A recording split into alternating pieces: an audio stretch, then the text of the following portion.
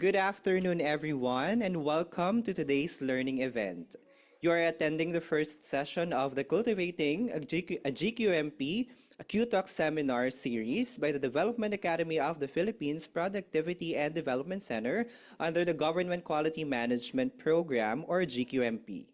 Q-Talks is part of the quality campaign of the GQMP, which aims to deepen awareness, appreciation, and commitment to quality management and continuous improvement in the public sector.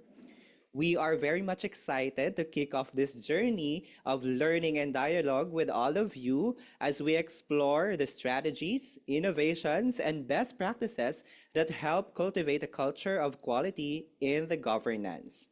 Before we proceed, we kindly remind all our Zoom participants to please rename themselves using the format agency space name. Again, for our Zoom participants, please rename po yung identification natin using the format agency space name to facilitate easier identification and acknowledgement. Additionally, we encourage all participants to complete the session evaluation form later today. This is a necessary step to receive your electronic certificate of appearance for the first session of the seminar series. Please note that only digital certificates will be issued. No hard copies will be provided. You can expect to receive your certificate within 7 working days after completing the required forms. And to be eligible for the electronic certificate of attendance for the full seminar series, please ensure the following. Number 1, you have attended all 3 sessions of the series. And second, you have submitted the outputs and answered the evaluation forms for each session. The details you provide in the attendance form will be issued to generate your electronic certificate of attendance. Please register using your complete and correct names as this will appear on your e-certificate. Also ensure that the request of name corrections will not be accommodated, and this ensures the timely processing of our certificates. Also, please be aware that this event is being recorded. The Development Academy of the Philippines highly regards the confidentiality of your personal and organizational information. And by participating in today's session, you acknowledge and consent to the utilization of your information by DAP for documentation and publicity while adhering to legal and regulatory data protection standards. All of the presentation materials will be shared after the event. And when uploading your photos during the event, maybe on Facebook or other social media platforms, please tag us with the hashtags #GQMP, #Quality, and #QTalks2025. For our question and answer portion later, kindly submit your questions through the link provided on the screen and shared in our chat boxes. In the meantime, let us take a moment to watch these videos to learn more about the DAP and the Government Quality Management Program.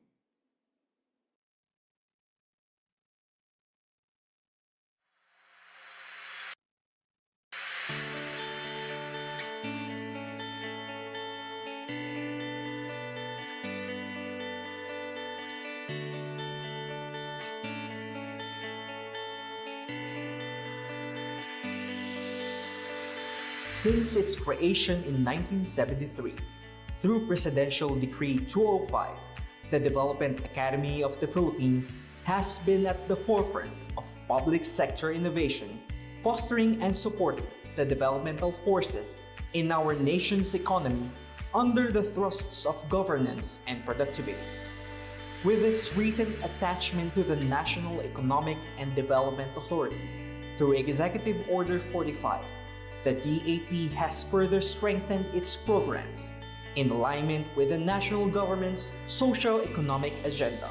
As we strive to transform our bureaucracy, raise the bar for our public services, and promote efficiency in the delivery of public services, it is crucial for DAP to align its directions and programs with the country's medium-term development blueprint, the Philippine Development Plan or PDP 2023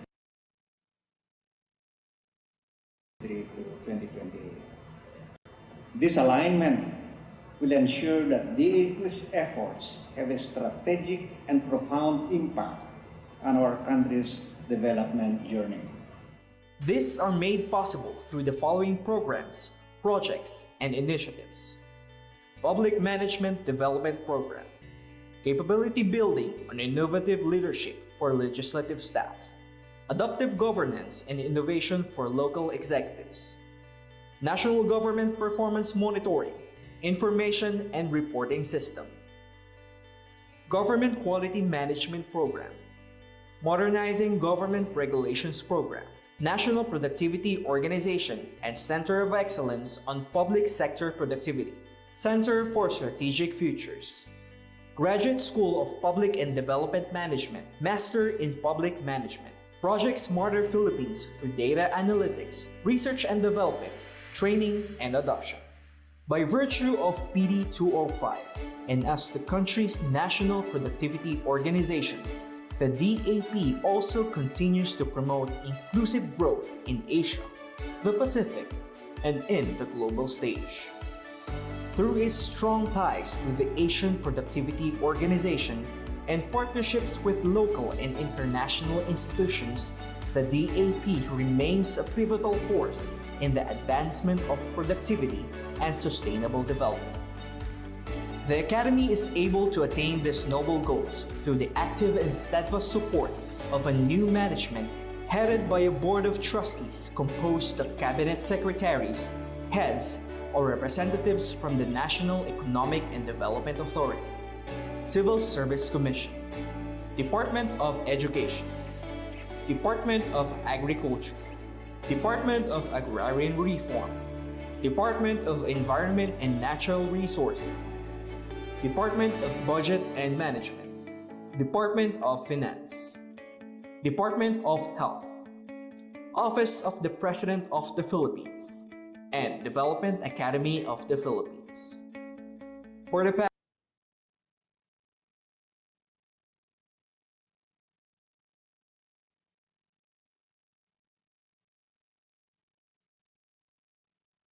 past 50 years, the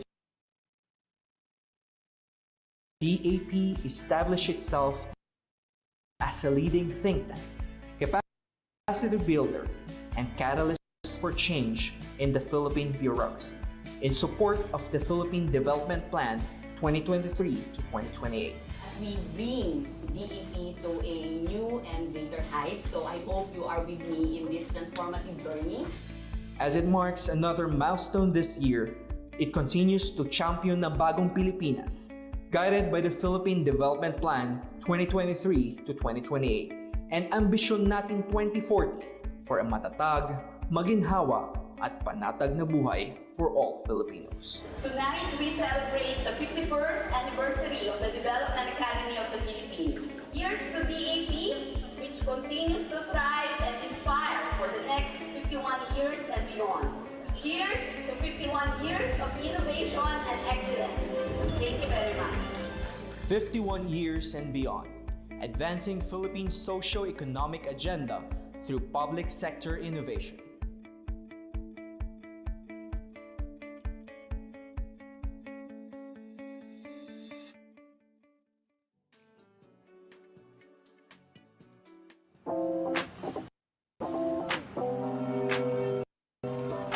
In pursuit of performance excellence, tangible results speak louder than words.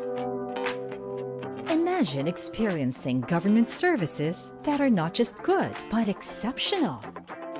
Upon checking po sa library portal, there are several research that I can truly use po in my study. They're very helpful. If you want some assistance, they'll help you readily. Staff are very kind. So very fast yung service and then mababait din yung mga kausap ko dito. In less than 30 minutes, okay na ako. Here's the exciting part. That vision is now turning into a reality. Recent satisfaction surveys portray a vivid picture of progress, a statement to the positive impact of improvement initiatives in the public sector. Reforms are being felt not only by the citizens, but also by the business community. A contributory factor to achieving these improvements is the widespread adoption of ISO 9001 quality management system significantly. By virtue of Executive Order Number 605, the Government Quality Management Program, or the GQMP, was established, institutionalizing the structure, mechanisms, and standards to implement the program. The GQMP aligns with Ambisyon Natin 2040, the country's long-term vision of a matatag, maginhawa, and panatag na buhay, to boost public service performance through the adoption of ISO 9001 quality management systems in government agencies.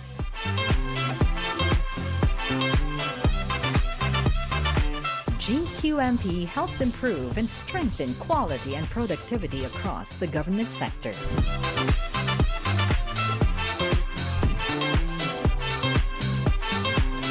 It focuses on three key components: development of a government quality management system standards, implementation of advocacy and capability building, and certification of agencies' organizational management system to government quality management system standard.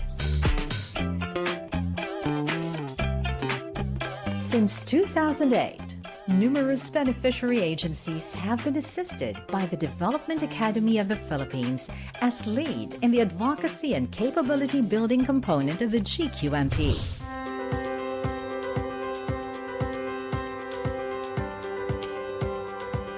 We would like to express our gratitude to DAP for continuously providing training and education to partner agencies, particularly LGUs. Mandaluyong is a manifestation of this, the quality training that was given to us. It became the basis of quality service. It enhanced the services that is being given by the 39 offices. The adoption of QMS and the subsequent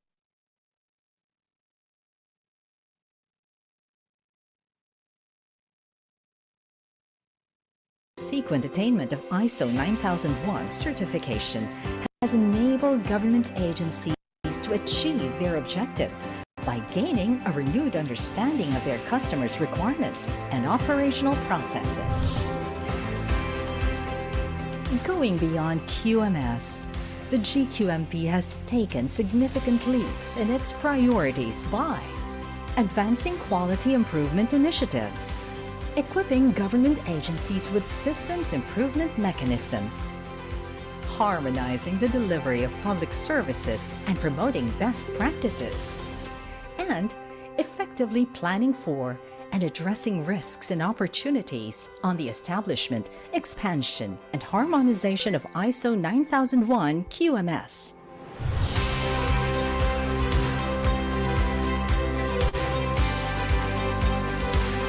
Very thankful ang National Library sa DAP dahil doon sa assistance na i-share niya sa amin ay nakatulong talaga. Before, meron na talaga kaming risk management procedure. But because of this, parang mas napadali yung pag-finalize namin nung risk management procedure ng National Library of the Philippines. Grateful and thankful lalo na po sa mga staff po ng DAP. Kasi talaga yung patience nila sa amin grabe. Tsaka yung learnings iba talaga. Kahit gaano kalalim ba yung words, parang kaya na namin siyang intindihin or mas madali na namin siyang maintindihan. GQMP stands at the forefront of revolutionizing government services, adopting a people-centric approach. It calls on the public sector to proactively listen to emerging citizen preferences, identify core drivers of citizen satisfaction, and develop and improve the design of systems and frontline services.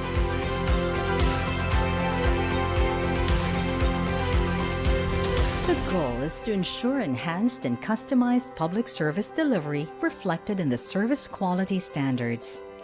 This is the essence of what the Government Quality Management Program brings.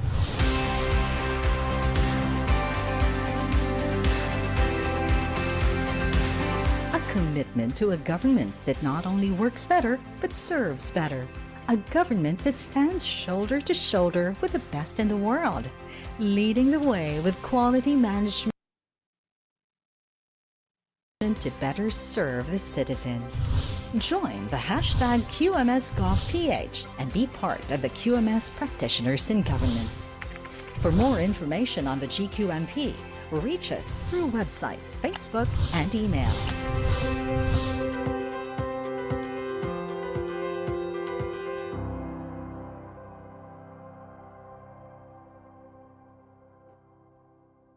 Once again, magandang hapon po sa ating lahat. Good afternoon. Pakibati naman po muna yung mga katabi natin ng isang magandang hapon. Good afternoon sa mga kasama natin. And to all of our online attendees, please send your good afternoon greetings po sa ating chat boxes. Again, welcome to Cultivating Quality, a GQMP Q-Talks Seminar Series. My name is Edmond Legua of the Development Academy of the Philippines Productivity and Development Center, and I will be your host for today's inspiring session. And to formally begin our event, may I kindly remind everyone to please stand to join us in a moment of reflection for the invocation.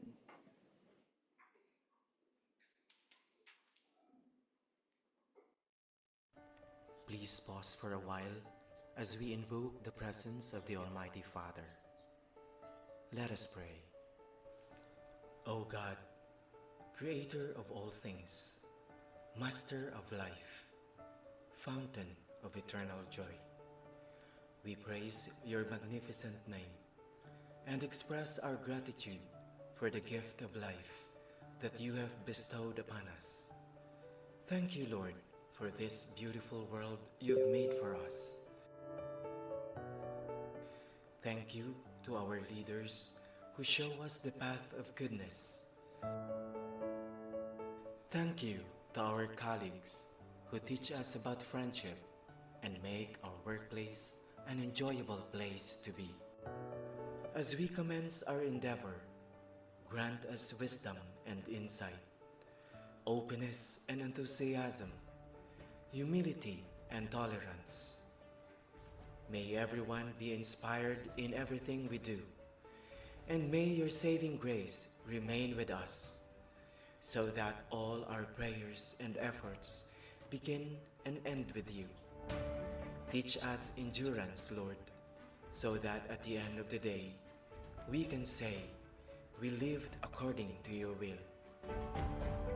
All this we ask and pray in your mighty name. Amen.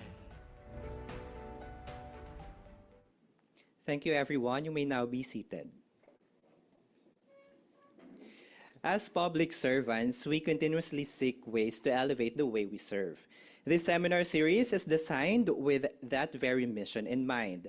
Cultivating Quality is a three-part learning initiative intended to inspire reflection, dialogue, and action around the theme of quality in the public sector. It challenges us to think beyond compliance and procedures to internalize quality as a personal and institutional value. Today's session, Making Quality Work, Mindset, Methods, and Meaning in Government, sets the tone for the entire series. It explores how nurturing a quality mindset can serve as foundation for systems and strategies that leads to real transformation, not just in our processes, but in how we impact people's lives. And to formally open the program, we are privileged to hear from a passionate leader and innovation champion in the public sector. Please help me welcome the Acting Vice President of the DAP Productivity and Development Center, Mr. Arnel D. Abanto. Let's give him a warm round of applause, please.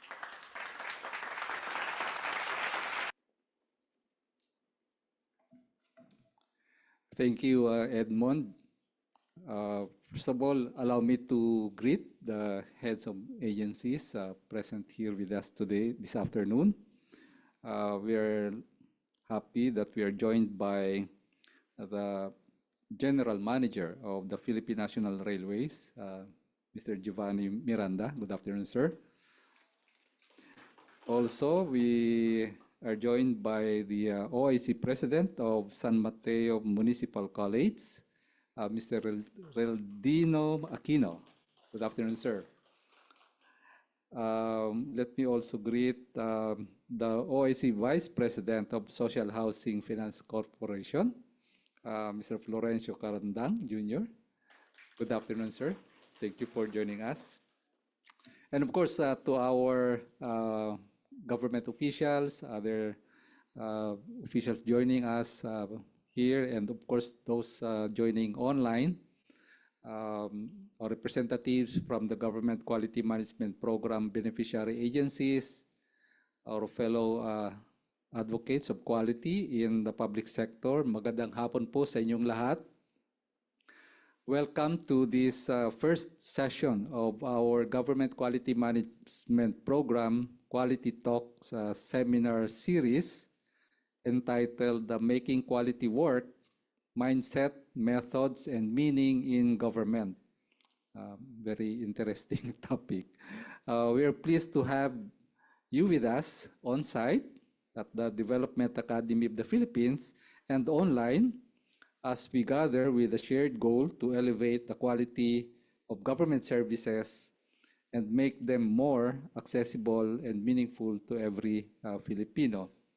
So this session officially launches the Government Quality Talks of GQMP Quality Talks Seminar Series on Cultivating Quality, a three-part hybrid learning initiative that explores quality in government at the institutional level, operational, and individual levels. So this is anchored on a strong quality mindset. The series promotes quality excellence as a driver of transformation in public service delivery, and it aims to inspire everyone to apply quality principles in their daily work and foster a culture of excellence throughout the government. Many years, I just remember, many years ago when I first learned about the concept of productivity, and we know quality is an integral part of productivity. Our gurus then, they define productivity as an attitude of mind to continually improve what already exists. And this is based on the belief that one can do things better today than yesterday and better tomorrow than today. So sabi ko, ganun din yata yung quality. It should be our mindset, di ba? And hindi lang siya dinidefine as satisfaction ng customer and so on. Really, it's about that kind of mindset. And as we travel around and work with many agencies, and we are always reminded that the journey to quality is a never-ending journey. Napakaraming dapat ayusin. Maraming opportunities. Of course, marami din namang exemplars na mga shining examples, lalo na sa government agencies. And we're very happy to note that, I don't know if you have heard about the Philippine Quality Award, since its establishment many years back. For the last 5 years, the applicants are mostly coming from the public sector. In fact, medyo nahirapan kami sa assessment kasi mas marami na yung nag-apply sa government than the private sector. Sabi ko, talagang nandiyan na yung foundation for quality, and we're very happy that as this trend continues, we're looking forward to seeing more shining examples in the public sector. So with your participation today, we begin with this concept of quality mindset, how it shapes our actions, influences our performance, and leads to better outcomes. Through expert insights and interactive discussions, we hope to strengthen our shared understanding of quality, prepare the ground for tools and methods to be explored in the succeeding sessions. So merong follow-up sessions na plinano yung team, and hopefully you can also join those other sessions. And naalala ko lang yung quality, sabi ko, kung mindset nga siya, whether we talk of policies, regulations, and programs of the government, at the end of the day, ano yung outcomes, ano yung benefits niyan to our stakeholders, are they happy? Tapos somebody mentioned that if you have the quality mindset, have you ever asked your relatives, your friends, or your partners, are you happy with me? Something like that. So if you're delivering quality service, they should be happy. So ako takot akong tanungin, baka iba yung sagot sa akin eh. But kidding aside, you may want to ask your boyfriend, girlfriend, are you happy with me? Naku, mag-iingat kayo, baka iba yung sagot. But truly, we have to develop this mindset of thinking outside in so that we can initiate innovative reforms in the public sector. So this is one of the reforms that we would like to broaden the government quality management program. Of course, the ISO 9001 quality management system is already there in many agencies, and many are implementing this. So sabi ko ang challenge dyan, are we at that stage of now seeing that many individuals in the public sector are indeed more quality conscious nowadays? Ang mahirap niya kung mas naunang quality conscious yung mga transacting public, so they will be expecting more from the government, and that gives us a lot of challenges on how we can possibly meet or even or exceed those expectations, needs, requirements, and babago yan eh. Every now and then, tumataas yung kanilang mga expectation. So, through this program, we would like to promote open, efficient, and accountable governance by bringing in the quality management system principles in practice and trying to enhance the consistency and responsiveness of public service or in public service delivery. So for your information, since the implementation of the government quality management program, we have awarded some 256 technical assistance grants to 232 agencies. Ito yung unique counts, and that includes the national government agencies, government-owned and controlled corporations, state universities and colleges, local government units, public hospitals, and other executive offices. So this is from 2008 to 2024. Actually, maliit yung number given the number of agencies in the public sector. It's still a long way to go.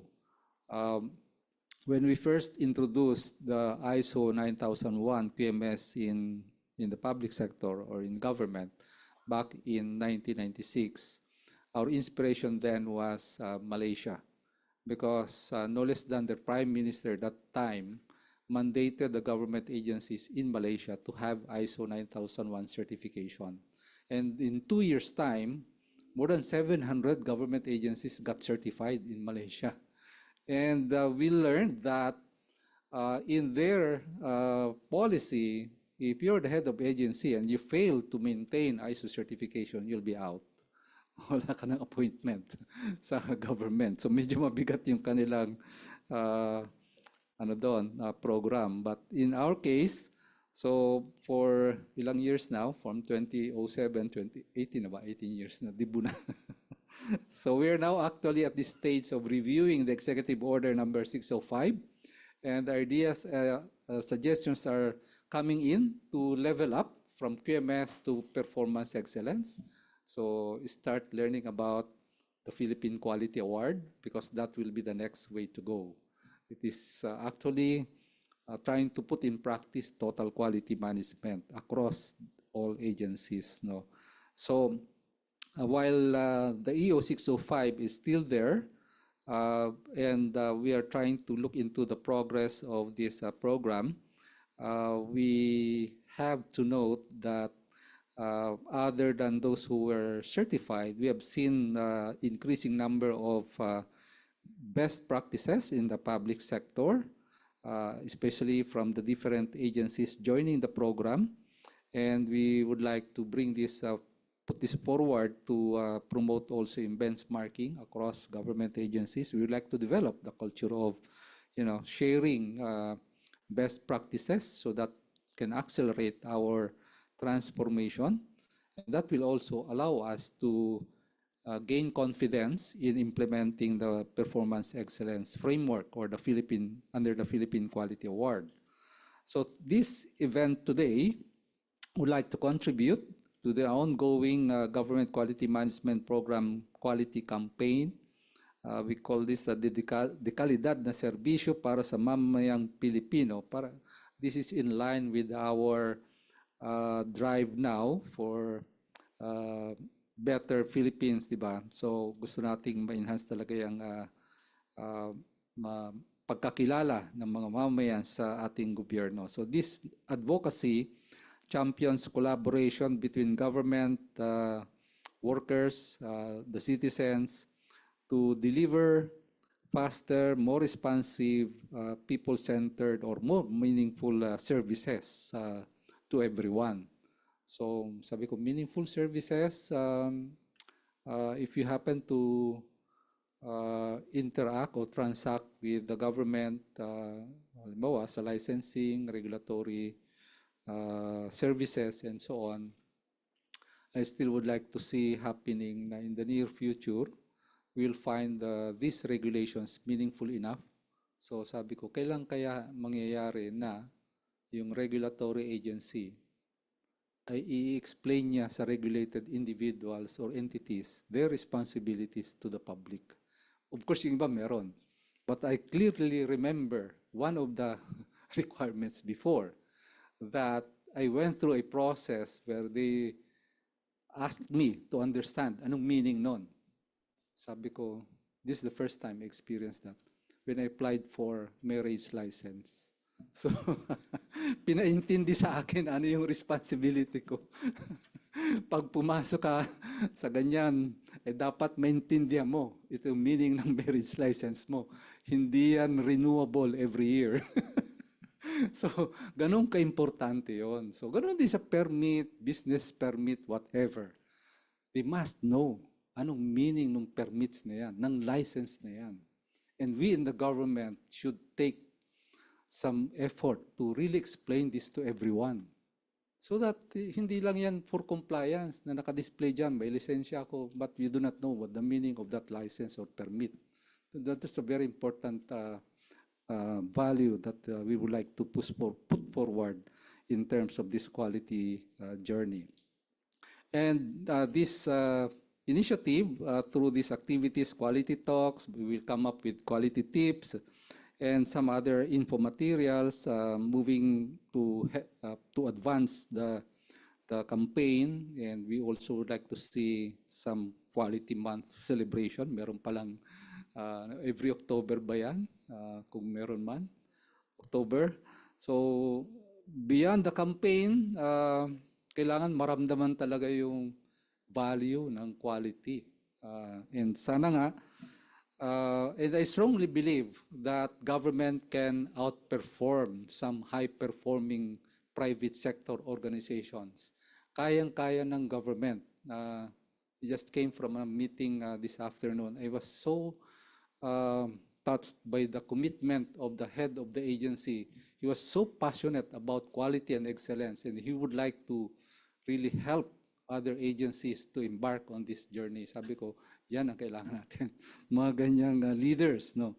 So beyond the programs that we are going through, activities and so on, we would like to continue and extend our services, provide training, knowledge sharing, developing some initiatives that will widen our understanding of these things and put them into practice and build a culture for quality and excellence.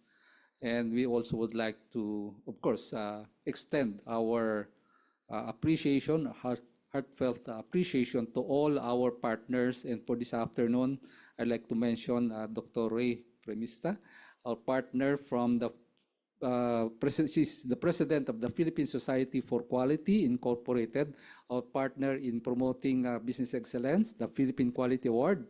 So he's joining us today as your speaker for this afternoon, and his insights on the topic will help us deepen our understanding of how equality mindset can truly transform our organizations and deliver more meaningful public services. So let us keep today's session practical, engaging, and participatory. And for those online, feel free to suggest, comment, or give your insights on the topics. So your insights and commitment will be very, very useful in shaping a more capable, efficient, and citizen-focused government or public service. So thank you very much. And once again, magandang hapon po sa inyo. Welcome to the Development Academy of the Philippines.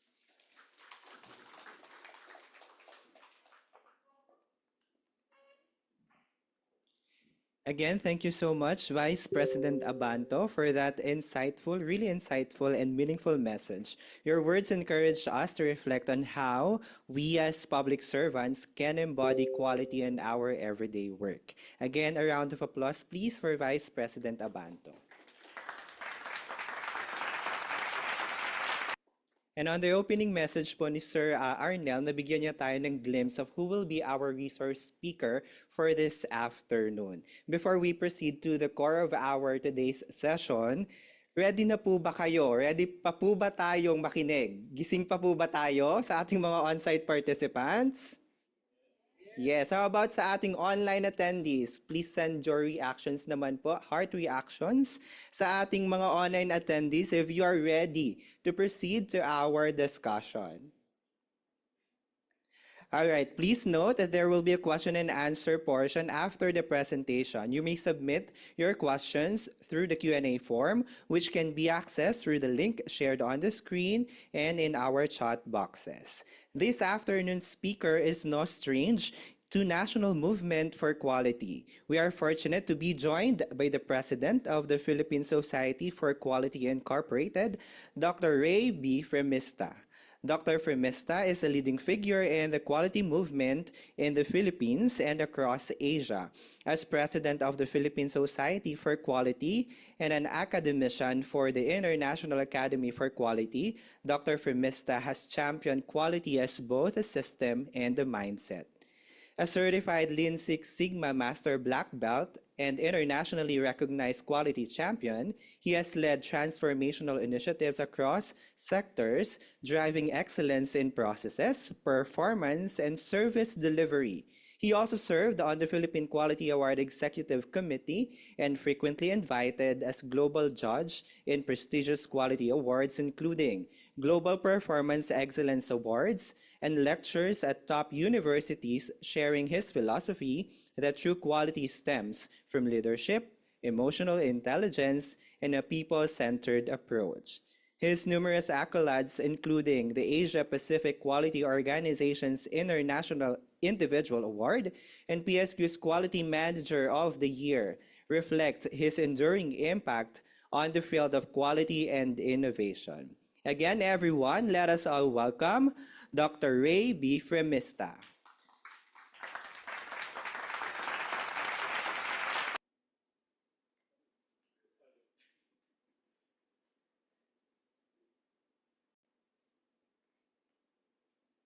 Thank you. Good afternoon, everyone. Right. Ang ganda pala ng stage dito ni DAP. Thank you so much for that introduction, and thank you so much for that message, Sir Arnel. I love what you mentioned earlier, which is really more about how do we establish that culture of quality. But this is definitely, when we look at that culture of quality, it's not a culture where everyone just comply with the standards, with the requirements, with all of the ISO in the world, right? But it's really more about how each one in the organization, in all of the agencies in the government, how they take ownership, how they look at quality as a philosophy. Because it's definitely a philosophy, it's a mindset, right? In everything that we do, there's always a continuous improvement. Or we look at any of the processes that we have, that we perform in the government from that lens. So what I'm going to share with you today, these are all practical. These are all down to earth in terms of the examples. We just want to make sure that it lands the concept that I'm going to share with you for today. So let me start with. All good? Yes.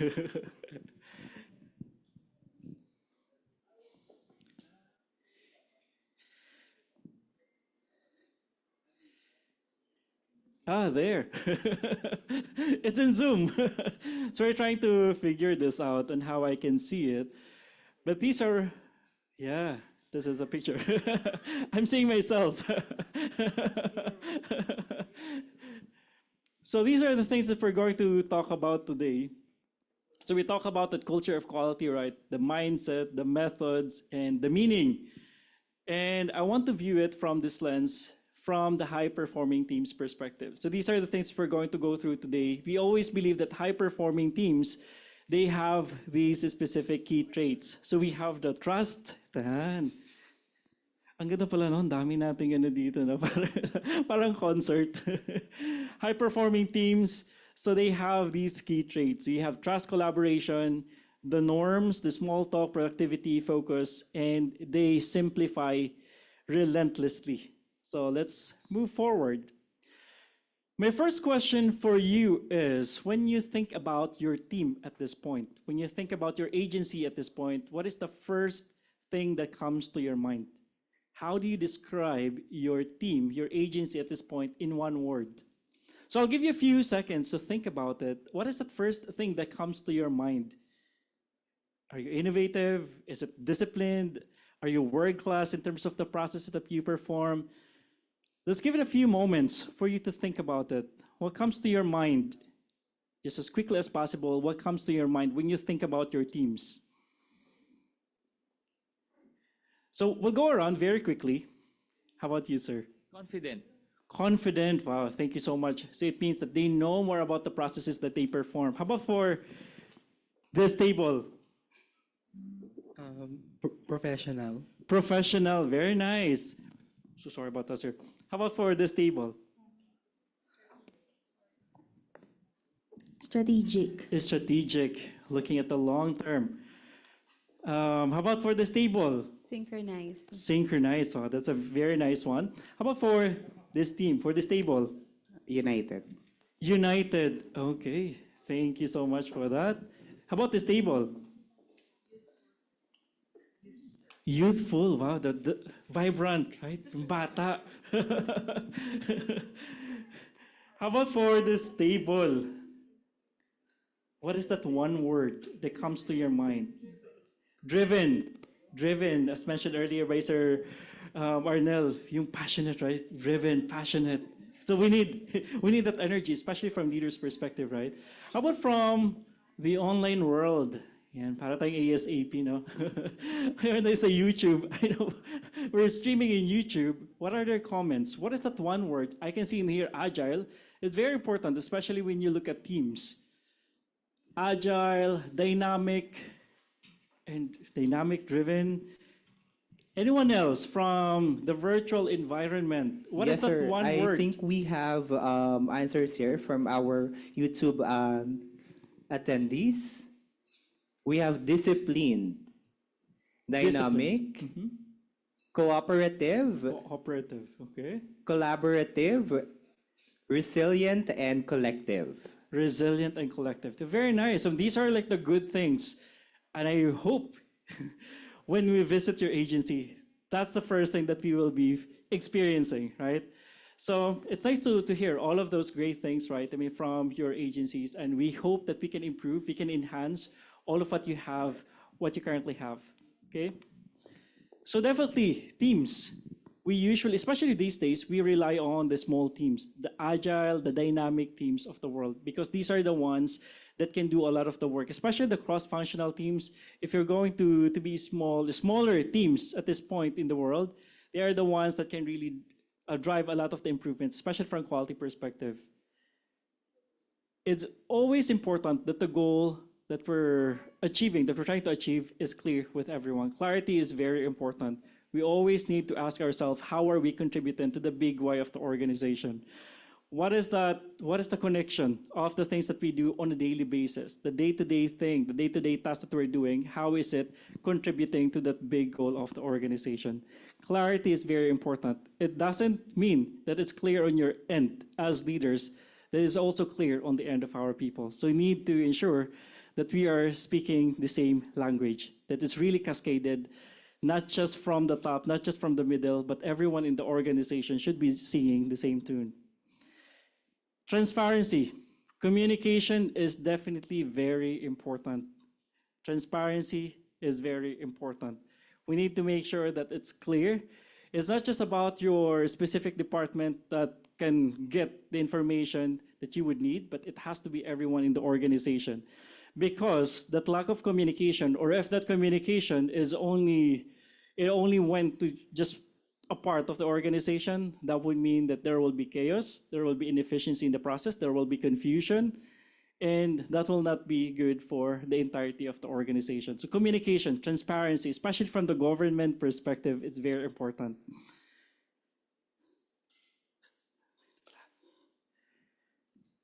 Trust. Trust is the foundation of a lasting relationship in any of the facets, right? The one that was mentioned by Sir Arnold earlier, right? Your relationship, not just in your office, with your personal life as well, with your partners and anyone, right? Trust is very important.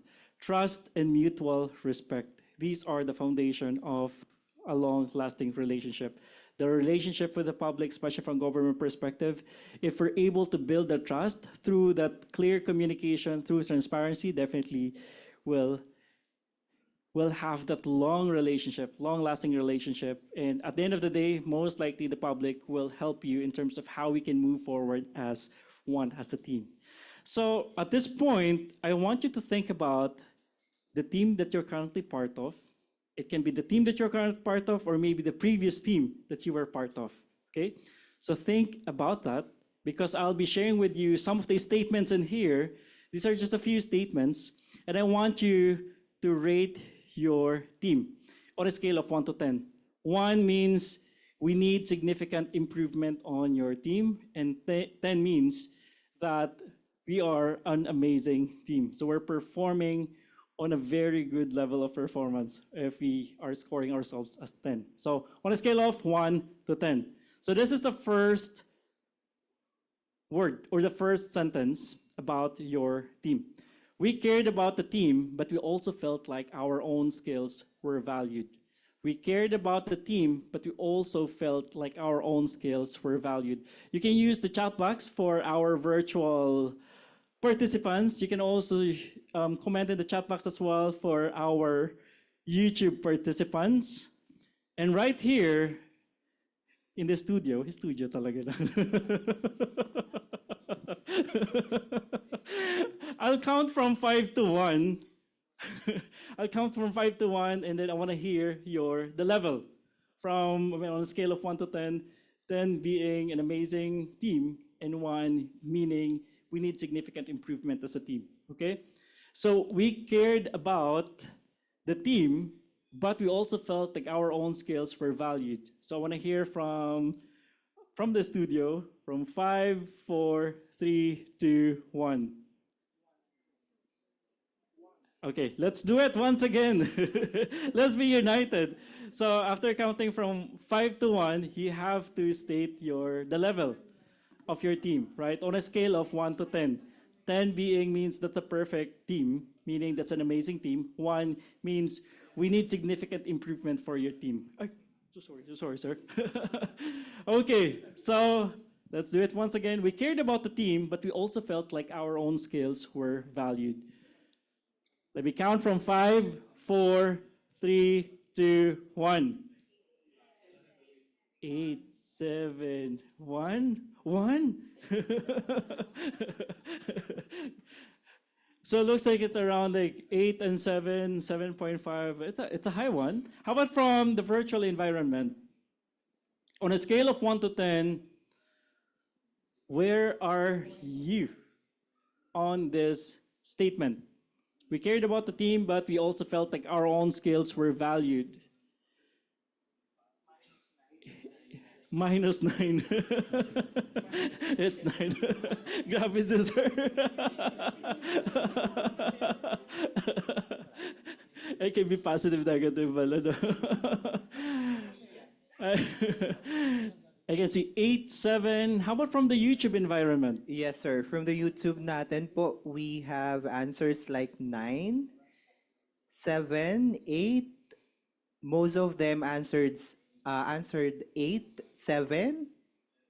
Yeah, it's 8, 7, 9. Yeah, 7, sir. Most It's of fairly them. high, right? Yeah. 7, 8, 9. Right. Thank you. Thank you so much for that. Let's now move on to the next statement.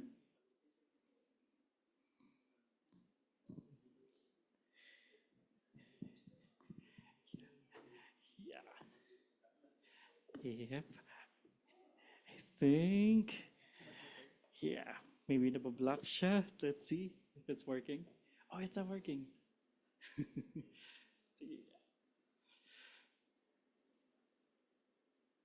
Okay, so the next one is we could argue and disagree in a polite way. So we could argue and disagree in a polite way. So I'll give you a few seconds to think about it. I want to count from 5 to 1 once again. For our virtual participants, please also compose in there your level and start hitting enter. On a scale of 1 to 10, once again, we could argue and disagree in a polite way. In 5, 4, 3, 2, 1. 10, 8, 6. Oh, my comments, sir. Thank you.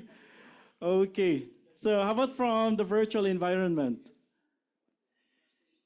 Yes, sir. From our YouTube attendees, sir, we have 9, 7, 10, 8, 9, 8, 8, So and 8. a lot of 8s and 9s, so it's fairly high in terms of the level. That's a good indicator, right? There's a healthy team. There's a 2. Oh, okay. Just being honest, because we need to make sure that we're honest in assessing ourselves, our teams, right? Next one, we were able to change course based on what we learned or based on the new information, meaning we're adaptable, right? We're adaptive to the different changes. All right, so I'll give you a few seconds once again for our virtual participants. Please key in the level.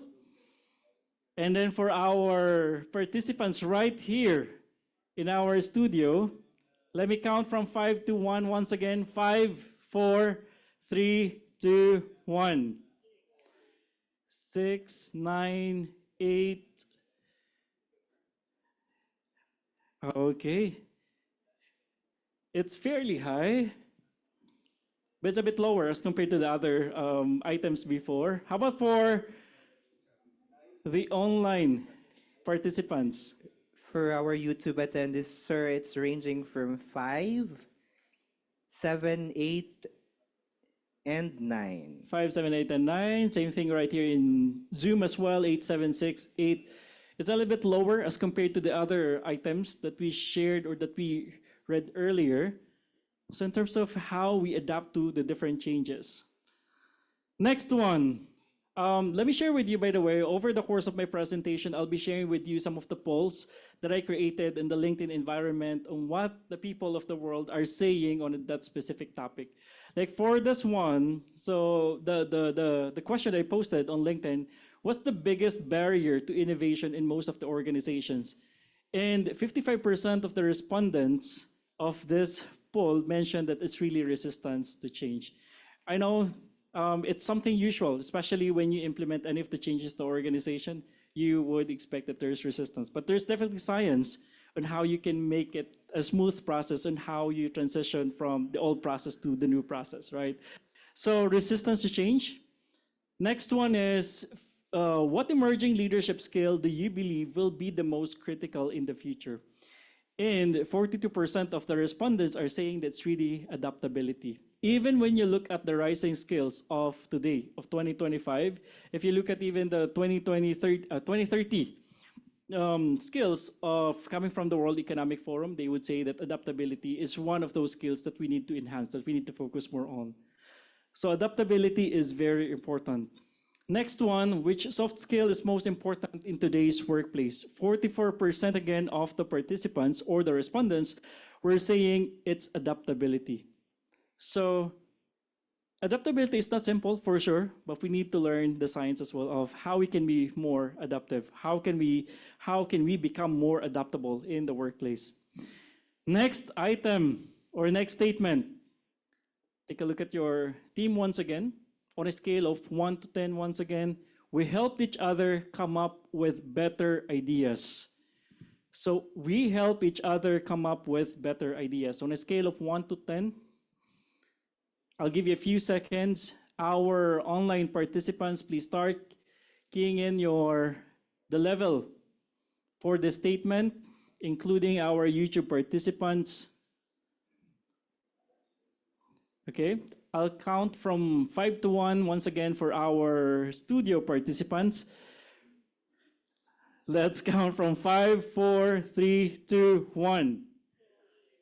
4, 8, 7, 9, 10? 9, sir? Okay. We help each other come up with better ideas. How about for the online participants? I can see 9, 8, 7, 8. How about from the YouTube? Same thing with the YouTube attendees, sir. It's ranging from 9, 10, but there are some or one participant just key and resistant to change. Being honest lang siguro, sir. Being honest, resistant to change. Thank you so much for that. Next item. Next statement. We have framework, but also enough freedom to make decisions and improvise. We have a framework, but also a freedom or enough freedom to make decisions and improvise. I'll give you a few seconds. Then think about it. For our online participants, please start keying in the level. So you have the framework, you have that approach, but you have that enough freedom as well to make decisions and improvise when you need to. So I'll count from 5 to 1. I want to hear your level. So 5, 4, 3, 2, 1. 9, 9, 6. How about for this table? 6 as well. Okay. How about from the online participants? What are their views? Yes, sir. For our YouTube attendees, it's almost the same. 6 ranging from 6 to 8. 6 to 8 as well. I can see in here a little bit higher for our Zoom participants. 7, 8, 9s I can see in here. Okay. Next one. We held ourselves accountable for our actions. We held ourselves accountable for our actions. Ayan, sabi ni Sir, patay na. So for our online participants, please key in your level. And then for our participants right here in our studio, I want to count from 5 to 1 once again. So 5, 4, 3, 2, 1. 10. Oh, really? 10? How about in this table? Situation. It depends. How about in this table, sir? 9. Okay. How about in this table? 9, 7. Okay. How about from our online participants? Most of our YouTube attendees, sir, answered 10. 10? Yes. Wow, strong 10, strong number. How about for our Zoom participants? I can see in here 7, 8, 9s as well. Fairly high. And the last one is, we had fun. Is it fun in the government? In your teams, in your agencies? Napangiti ni Sir Arnel. Is it more fun? So, So for our online participants, oh, 11, grabe. Grabe. It's really more fun. So for our studio participants, I want to count from 5 to 1. 5, 4, 3, 2, 1. 8, 5. Oh, 8, 5. Medyo varying, no? Iba yung sense coming from our online participants. They have, I can see in here 10, 11 from Zoom. How about from YouTube? Yes, sir. We have here from YouTube a strong 100 from one of our participants. Oh, wow. But some of our participants answered in ranges from 3, 5, 7, 8, and 10. 3, 5, 7. So there's really variation. But there are those who really are so most likely satisfied. They're so happy. Looks like they find that meaning on what they do in the agency that they're part of. It's nice to know. I mean, the 100% and the 11. Okay, so let me share with you some of the things in here from the poll survey. At this stage in your life, which one do you value most? And a lot of people in the world, 58%, they look at happiness and mental health, especially the young ones, because most of the participants of this are the younger generation now. How can a company support you to reach your highest potential and boost your career journey? A lot of people say that it's support work-life balance, 77%. Okay, so teams, you guys, right? You are part of the teams. You are the building blocks of any of the organization. And a lot of the things that I mentioned earlier, right? The small teams now is becoming like a trend because they can really drive a lot of the quality initiatives in the organization as quickly as possible. Now, I want you to think about, since you are a leader at this point, right? Recall a winning team you've been part of, right? A winning team. I don't know how you would define that winning team from your perspective. If you feel like you're part of that winning team, what role did the team leader have in the team's success? So think about that, right? You can use the chat box for the online participants. What role did the team leader have in the team's success? When you were part of that specific team, you felt like you were part of that winning team. When you look at the leader of that organization, of that specific agency, or of that team, what was the role of that leader? So I'll give you a few seconds. It's not a scale anymore. So for the online participants, please start composing and please start entering your inputs. Yes, sir. For our YouTube attendees, we have an answer here. It's supportiveness and zest. Also, a visionary one. Visionary. A supporter. Supportive. Okay. Our leader trusts us. So may pagtitiwala sa kanila. Pagtitiwala yung leader. Okay. Guidance, inspiration, delegation, and boosting the energy of the team members. All right. Thank you. I can see as well in here the guidance and the direction, the leader that listens well, empower every team member, willing to listen, supportive. Let's say listening is very important. How about from the people right here in our studio? What is that one thing? Empathy. I heard about empathy, empathetic leader. How about from this table? What is that one thing? A leader who empowers. A leader who empowers. Yeah, that's a very powerful word as well, empowerment, right? Maybe one more. Yes, sir. Actually, mayroon akong isang word dyan collectively. It's actually to pitch the team effort on that. Pitch the team effort. Yes. Pitch line. Everything collects actually yung empowerment, gathering appreciations of the team effort. So parang word lang is to pitch what was actually the group. Yeah, what was done by the team. Not really the leader who takes the credit for what the team has done. So thank you so much for that. Like be the champion, right? I was able to hear as well inspire,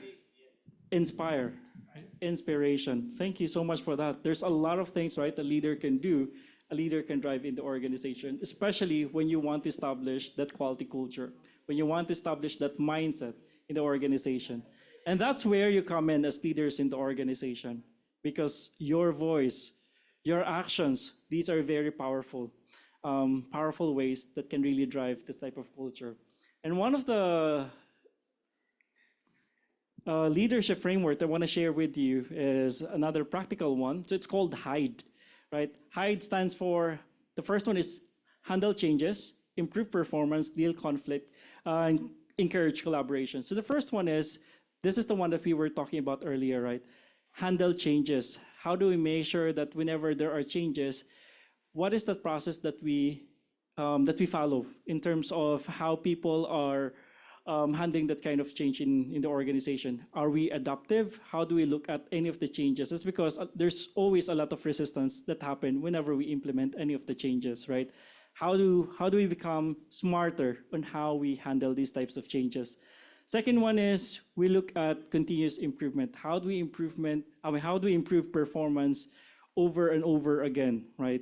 In the context of the continuous improvement, what are the small things, small ways that you can do on a daily basis that can make you a better government employee? Next one is, how do we deal with conflicts? Do we have the process in place on how do we handle the different types of conflict or problems that arise in your specific teams? You need to ensure that you have the process, that approach.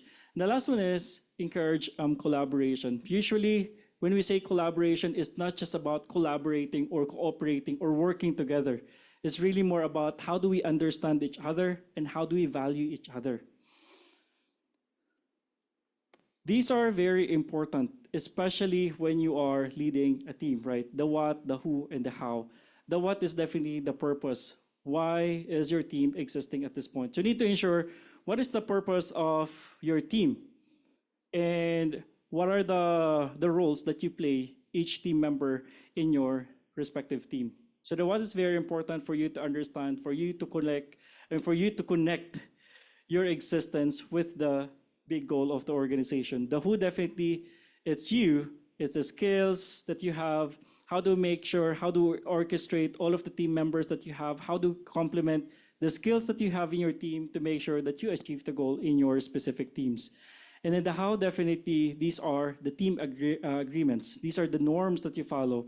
It's not just about that you have your core values, definitely, but you need to ensure that you have specific norms that are defined, that you make sure that you guys are demonstrating all of these norms that can make you high-performing teams.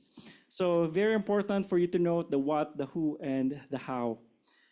So let me share with you another question. How do you feel about your current job? A lot of the people that I asked mentioned 37%, I love it, aligned with purpose. And I hope a lot of the employees, in the government side would say that they love their job and the job that they're doing is actually meaningful, it's aligned with purpose.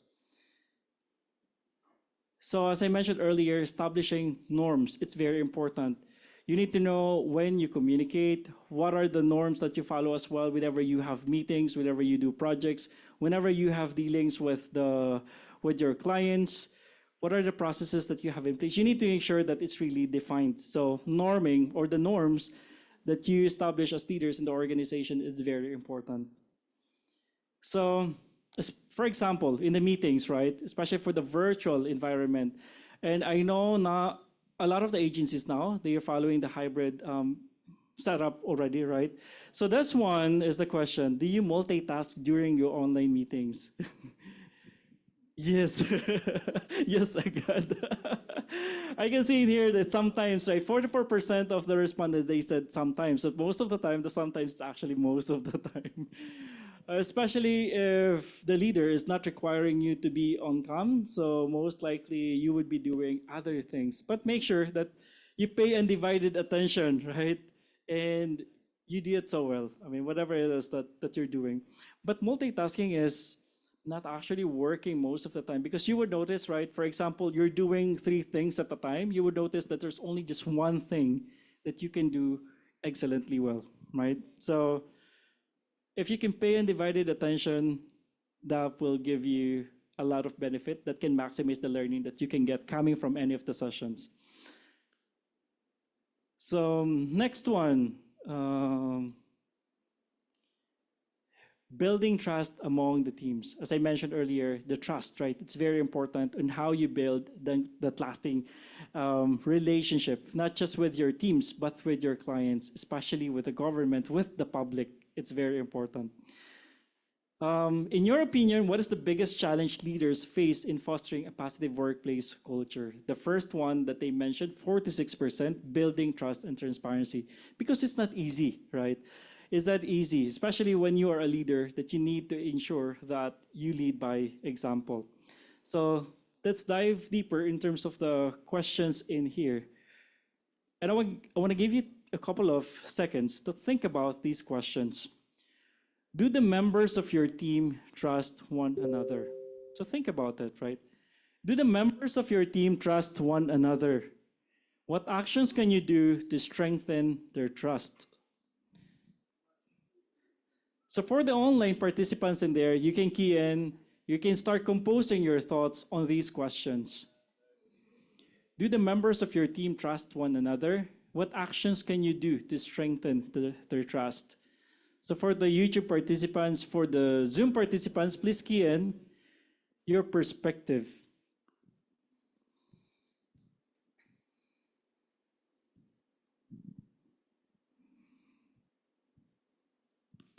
Okay. So before we move to the next slide, maybe we can call on one participant from this room. What's your perspective on these two questions? So, sir, big word. Getting trust is very difficult in government services, especially in local government. I'm coming from a local government. Iba po yung setup, iba po yung terrain, all right? Hindi ko sinasabi mas better ang national or corporate or GUCC. But understand us, right? Iba po yung terrain.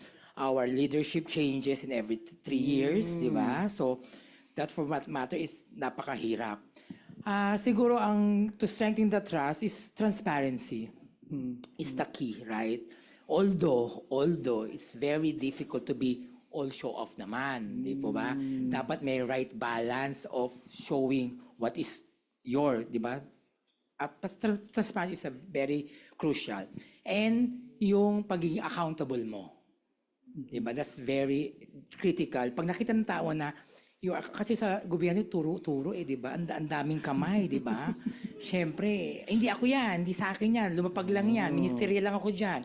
May nag-review diyan, di ba? But if you're accountable to yourself, malalaman ng tao mo 'yon na hindi matatakot yung tao, na itatrust ka. Yun ang pinaka-basically sa pagiging leader. Makuha mo yung trust ng tao mo. Kasi definitely in local government, every 3 years, iba-iba ang trust. Oh. Right. So sorry kagagali lang namin sa election, right? So kaya ganito kami, right? So 'di ba? Sorry I'm just being honest. But definitely in government dapat walang ganon. But in reality is there. Thank you. All right. Thank you. Very nice. Thank you. Yan. Oo. Pinalakpak tayo, sir, is because very nice. I mean, being truthful, being transparent. Para not to change wheel. Kasi di ba, every 3 years nga naman talaga, no? Leadership changes every 3 years. You need to make sure that you're adaptive with all of the changes. But you need to be accountable definitely for your actions. That's how you build the trust as well with the others. And integrity is very important talaga. No? You do something even when no one is looking, you're doing it with integrity. Wow, very nice. Thank you. LG is totally different, no? Strengthen collaboration. As I mentioned earlier, when we say collaborate, right, it's not just about working with one another, because most of the time we say we cooperate, when that's the first thing that comes to mind when we say collaborate. But understanding is, I believe, one of the things that we need to understand, understanding each other is really part of collaboration. Valuing each other, listening with empathy is very important when we collaborate with one another. It's not just about, okay, you just work with this specific individual, okay, this new person in town or new person in your agency. It's not about that, but really more on how to make sure that you can be as cohesive as possible when time progresses. So there's a study coming from, it was published in Forbes, organizations that emphasize collaboration, to take a look at this one, were 5 times more likely to perform at high levels than those that didn't. So 5 times more likely to perform at high levels, because we're talking about high performing teams. And these are the key things that can help us a lot when we say collaboration. Active listening is very important. So the first one is listen. When we say listen, it's not just active listening, it's really empathetic listening, right? So listen very carefully, really listen. So listen from the heart. So that's empathy. You need to make sure that you're putting your perspective, you understand the perspectives of others, you're putting yourself on the shoes of others. So that's empathy, empathetic listening. And ask for feedback as well. It's very important. But for the leaders of today, I would want to encourage you to really open that space, open that environment for feedback. And you are ready to listen for the feedback, because it was part of the study. I think last year from PwC, the Fears and Hope survey, a lot of the young ones, especially the Gen Zers, the millennials, the Gen Y, and even the Gen X, they said that they are so open in terms of feedback. They're open in terms of seeking for feedback and asking for feedback and giving feedback. However, there's this question. So absolutely, there's this question which is really more about: are the leaders ready to make sure that they're allowing their team members to do debate, to share that feedback, to challenge that feedback? So that's where we saw a very low score from around the globe, and even from the Philippines. When we cut the data, it was very low as compared to that specific item when it comes to asking for feedback. But it's the leaders, actually. So there's a leadership issue in there. So the leaders are not allowing that kind of conversation to happen. So while we are open in terms of the feedback, but our environment is not allowing for our people to do that. Please go ahead. I read some research. People tends to listen just to respond, not to understand.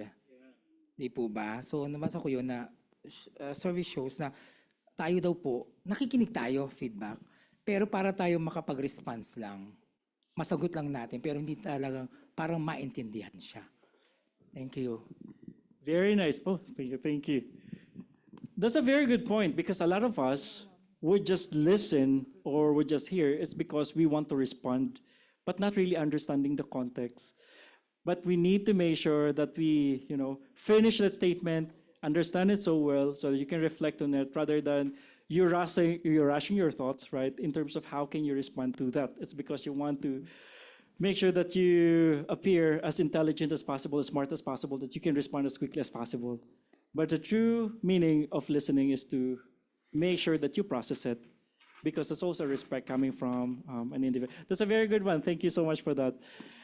There's also a leadership issue, actually, that's happening now in the world, including the Philippines. We're starting to feel it, that a lot of the young ones, especially the Gen Zers, 70% of the Gen Zers, it's coming from the Harvard Business Review and even from the other studies, they're not open anymore to take on the leadership roles. So there's going to be a leadership gap in the nearest future.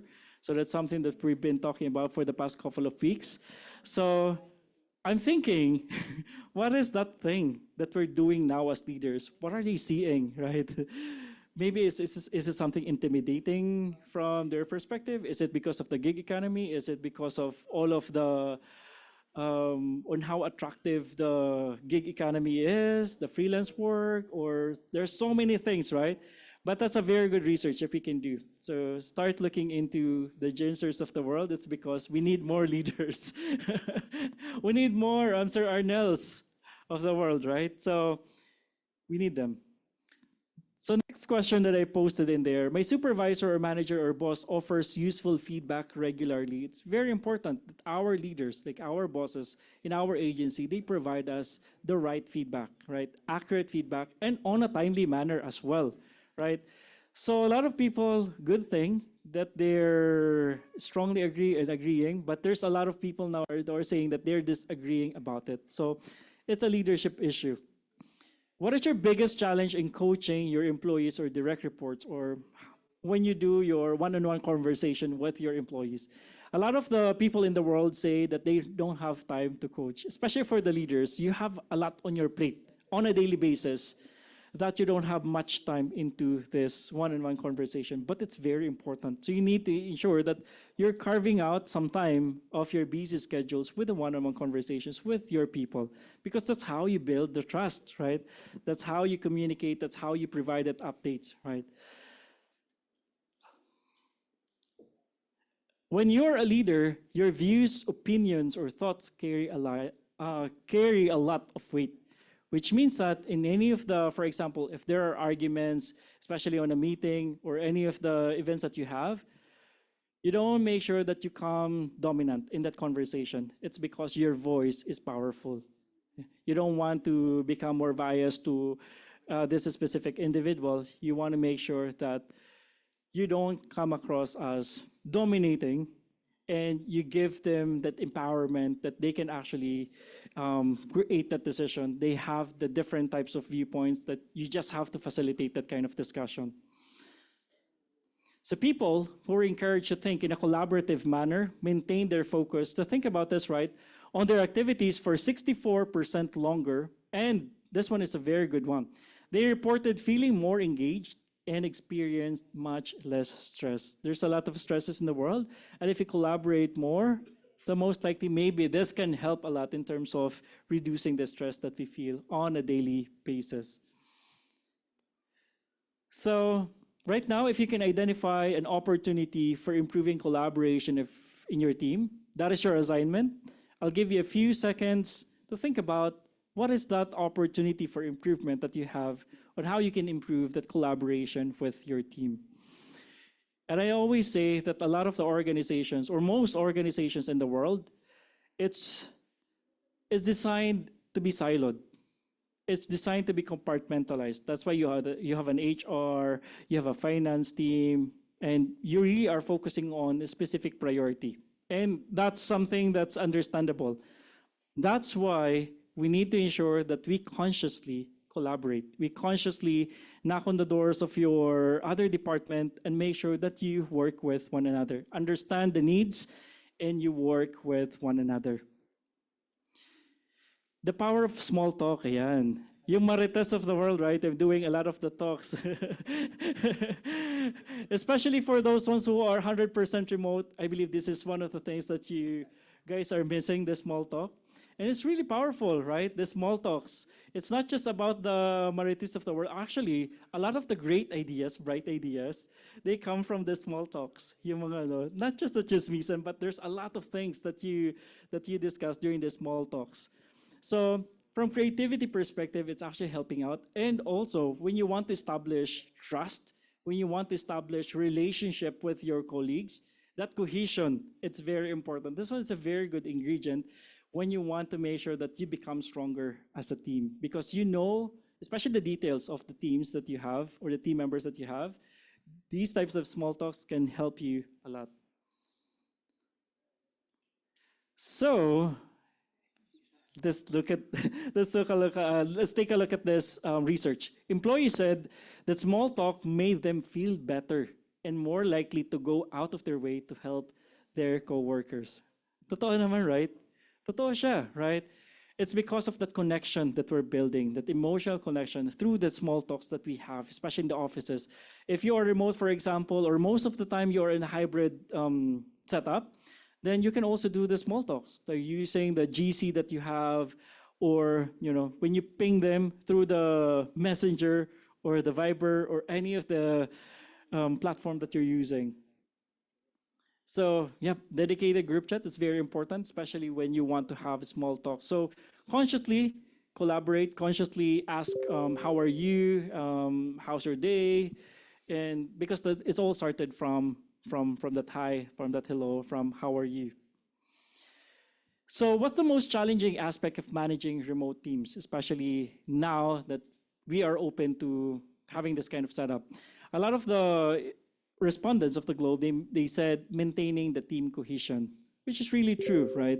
Because hirap talaga no pag virtual. How do you make sure that they become more cohesive, emotionally connected with one another? It's because of there's some sort of like a barrier. But if you make sure that if you do it continuously as much as you can and consciously messaging, communicating with each other with transparency, I believe that can help us a lot in terms of addressing this specific challenge. So another assignment for you, what action can you take in the next week to boost collaboration of your team? So another assignment from you that you can also bring to your teams. What is that one action can you do next week that can boost collaboration of your team? So what does productivity mean? And so we're talking about productivity at this point.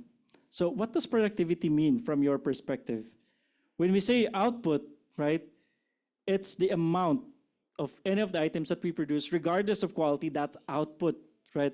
But what does productivity mean to you? So let's give it a few seconds for our participants to key in, to compose in here in the Zoom environment, in the YouTube environment. What are your perspective when you look at productivity? I love some of the comments in here in Zoom. I mean, in our previous discussion, the regular team building activities, motivation, collaborative leader. Thank you so much for that. So for this item, what does productivity mean for you in your respective agency, in your respective team? How do you look at it, sir? Maybe quality output. Yeah. The quality output. So that's productivity for that specific team. How about for this table? What does productivity mean for you? For productivity for me is how efficient and effective someone. How effective and efficient someone. Thank you so much for that. How about for this table? For me po, productivity is it is maximizing or utilizing the your resources such as your time and efforts in the workplace or in any setup that you are in. Maximizing your time and the resources that you have. Thank you so much for that. So being more efficient with the resources that you have. So productivity does not always equal to the output. Yeah, would you agree? There are, okay. Sometimes when we look at it as an output, most likely maybe when you go on overtime, for example, when you work longer, when you work harder, most likely maybe some of you would define, okay, that's productive for me. But then again, when you think about it, productivity actually means getting more on a specific time frame. If you can finish it on time with the resources that you have, it doesn't mean that you have to work longer, right? With the specific resources that you have, you become more efficient, and that's productivity. And sometimes we're doing so many things, and we're not assessing the different things, the different tasks that we're doing. And a lot of these things are not actually contributing to that big goal of the organization. So when you look at productivity, these are the specific tasks that we do that are aligned with the mandate, that are aligned with the goals of the organization. So, and that's something that you have to make sure that you, especially if you're a leader, you have to help out your members to make sure that you remove all of these barriers, you remove all of these things that are not actually contributing to that goal of the specific department of team. So real productivity means getting more of what matters done, right? So it's not enough to just tell your team to do more. It's just need to make sure on how that specific item, that task is contributing to that big goal of the organization. And that's what productivity means. Saan nakuha yung definition na yan? This one. Is it from my literature review on productivity? Or is it from my survey? From an economist point of view? I'm just curious. Yeah, I can get back with you, sir. For Yeah. me, that's not my definition of productivity. It's about quantity. For me, kasi productivity is not quantity. It's whether a person or the group, after the end of the That's another perspective as well. That's so true. Yep, I can get back with you with a specific reference of this in terms of the real productivity. Oh yeah, absolutely. Um, I think if I am to new sagot niyo po regarding a literature, is more from a public ad perspective. If you are to read 5 E's and an A of Mr. Public Administration of Dr. Alex Brillantes, he actually mentioned about efficiency, effectiveness, and we now have ethics and accountability. So if we have ethics, accountability, and we are also efficient, effective, as my coworker actually mentioned, then you'll be productive and you will achieve the optimum and optimal public administration and governance. Thank you. Thank you so much for that. So many perspectives, absolutely. In terms of productivity, there are technical ones. To begin with, productivity is not quantity of number of projects, especially in local government, but I think it's more the impactful outputs or impactful projects. Doon tayo Yeah. nagkakaroon ng wrong wrong Yes. notion. Yes. The more the merrier. Yes. Which is not. Dapat mamili tayo ng mga projects that impactful enough to Yes. deliver.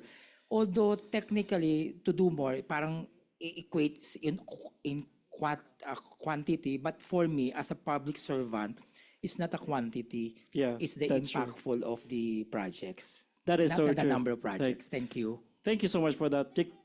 Please go ahead. Okay. And to add up, I believe productivity means less input with greater output, quality output. So Quality output, and we need to make sure that the output is definitely aligned, right? The reason why we're talking about impactful, meaning it's strategically aligned with the goals of the organization.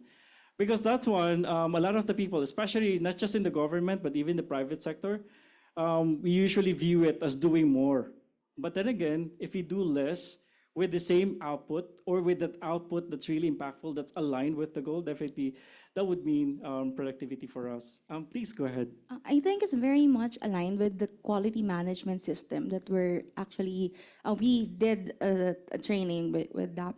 Na binanggit before regarding with the OPCR, DPCR, IPCR, hindi siya pahabaan. Kung sino yung pinakamahaba, yun yung pinakamaraming nagawa. So kailangan pinakamaraming letters, pinakamaraming tawag.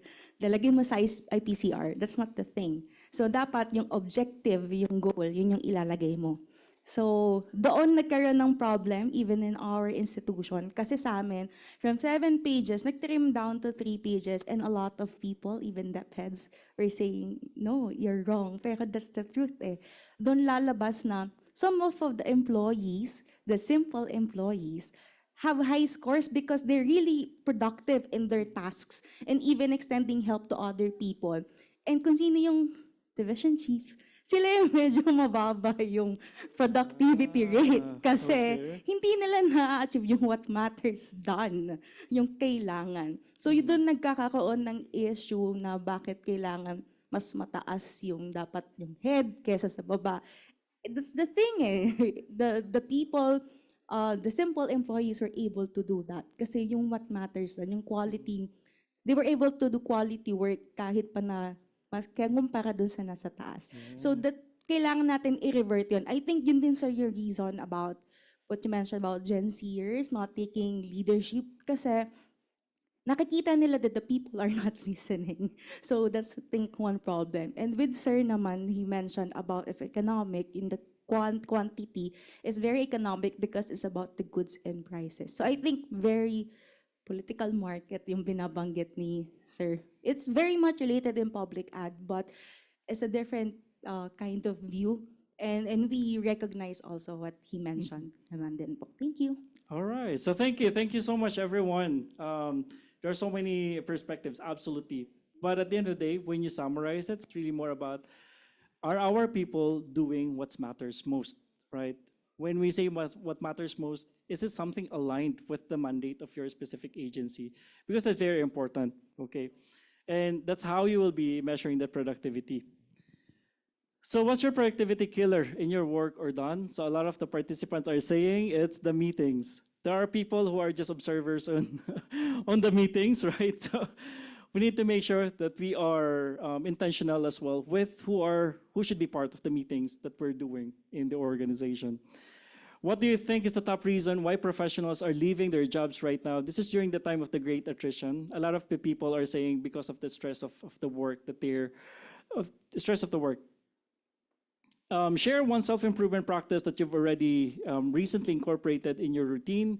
So this one, because a lot of the people, a lot of the people would say that I've been working for for example, for the entire week, and dami kong na-accomplish, but I'm not productive. So sometimes our people are experiencing a lot of the burnout just for us to reach that productivity target of that specific team. However, at the end of the day, if you are sacrificing the welfare, the well-being of your people, then that is not productivity at all. So that's why a lot of especially the Gen Zers, they would say that they would love to prioritize self-care at the end of the day. That's why sometimes, diba, yung mga Gen Zers, not just Gen Zers, but even some of the millennials, na pagsabihan mo lang, next day, nag-awol na sila. Okay, so focus is very important. Some people would define it as follow one course until successful. It's like an acronym that they put in there, but focus is very important. When you look at the perspective of the Pareto principle, this is what we're trying to say earlier. If we can do less, but we can gain more, then that is what's a good perspective, right? 80-20 rule. What are those things that we can do is the trivial few that we can do that can give us bigger impact in the organization. Especially, for example, if you have a lot of the things that you would do on a daily basis, you don't need to do all of these things, but just focus on those things that can give you agad-agad, diba? 80% of the results or majority of the impact that you can get. So just focus on a few things. You're not a superhero at the end of the day. Your time is definitely limited. Your energy is limited. Make sure that you invest it on a few things that can give you a lot of impact that matters for the organization. So companies who are exceptional at managing their time, talent, and energy of their employees are around 40% more productive than their competitors. So it's a very good insight that we got coming from HBR. What helps you stay most productive at work? Clear goals. Earlier, the clarity of the goals, definitely, it's very important. A lot of there are some teams, they just keep on doing things like on a daily basis, but if they don't know what is that goal of, is it something contributing, is it even aligned with the goals of the specific team, then they would feel they feel disconnected. They don't feel that they're contributing to that big why of any of the teams that they're part of. So clarity of the goals is very important. The reason why I mentioned earlier that it doesn't mean that it's clear on the end of the leader, that it will also be clear on the end of our people. So you need to make sure that you're calibrated, you know what is that goal. Clarity of the goals is very important. Yeah, I think tama naman yun. The problem with that is that, paano kung walang communication from the leader? Yeah, that is something. How can each one know what the objective is? Kung in the first place, kung nakataon na yung leader mo, hindi naman kinakausap yung Exactly. So that is one of the things that leaders I've should been do. in government for almost 25 years, and sadly, ganun eh.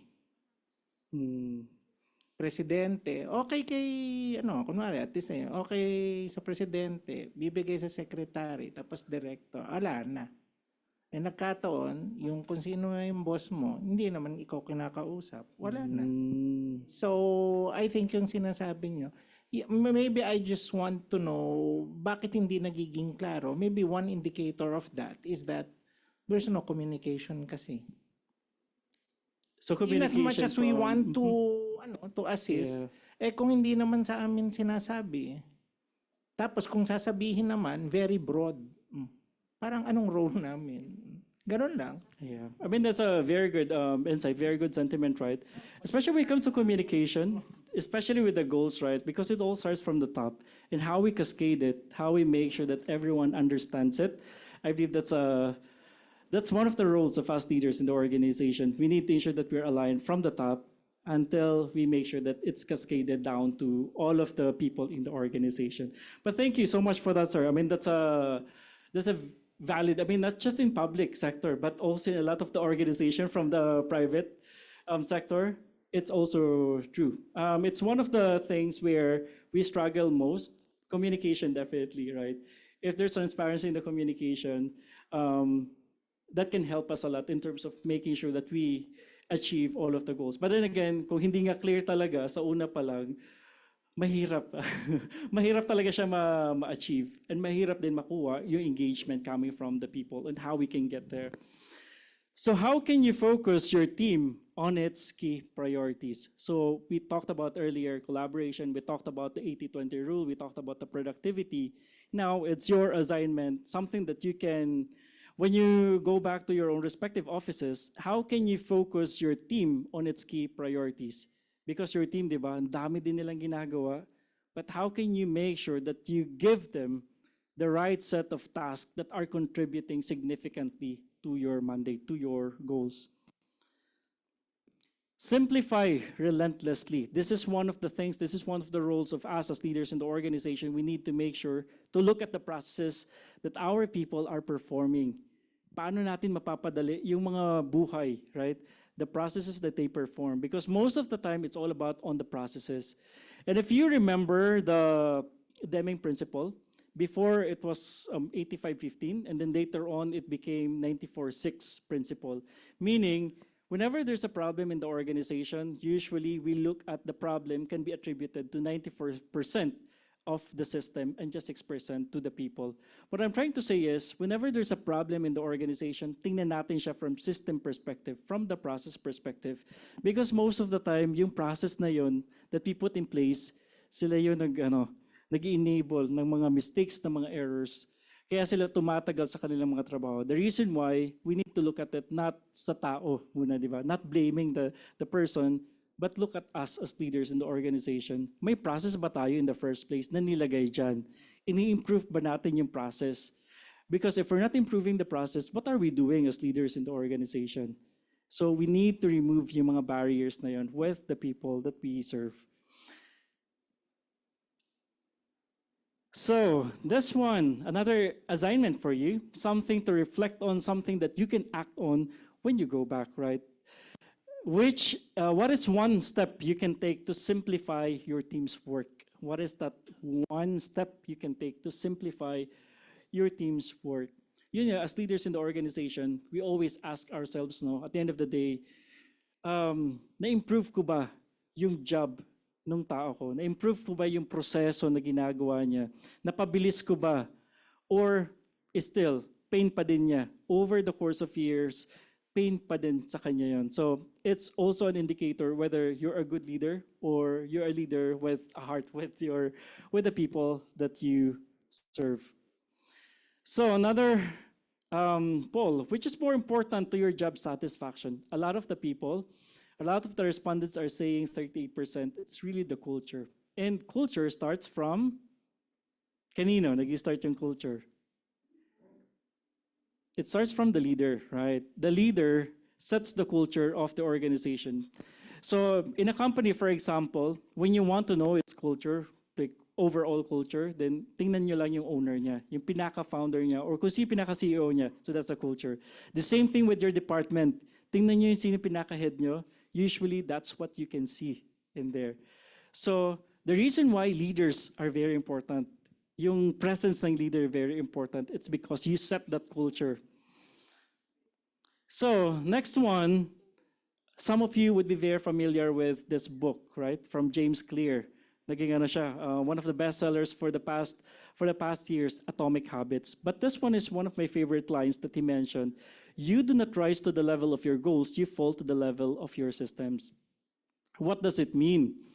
It means that we need to make sure that we have that system. So balik tayo sa kaninang statement that I mentioned, right, about the system. We need to make sure that we have the system, we have the framework in place for us to make sure that we keep on winning as a team.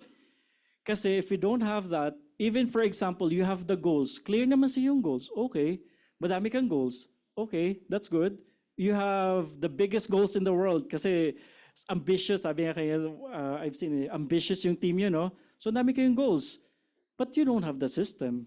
So maybe na-hit yung goal once, pero what we're trying to make sure is how can we hit that goal over and over again, right? How can we make sure that we can thrive hitting those goals over and over again? The reason why we need to make sure that we have that system in place. So it's very important that you have that system, something that can be consistent. But then again, take it with a grain of salt. When I say system, it's something na static, dynamic din siya, right? You make sure that you integrate yung continuous improvement. Whatever it is that you're getting, that you're learning along the way, along the process, then you put it to your system. Hindi siya sagrado na hindi nababago. So another one, when you implement any of the changes, I know iba yung situation kanina sa LGU kasi yung leadership change talaga, transition, no, sobrang abrupt.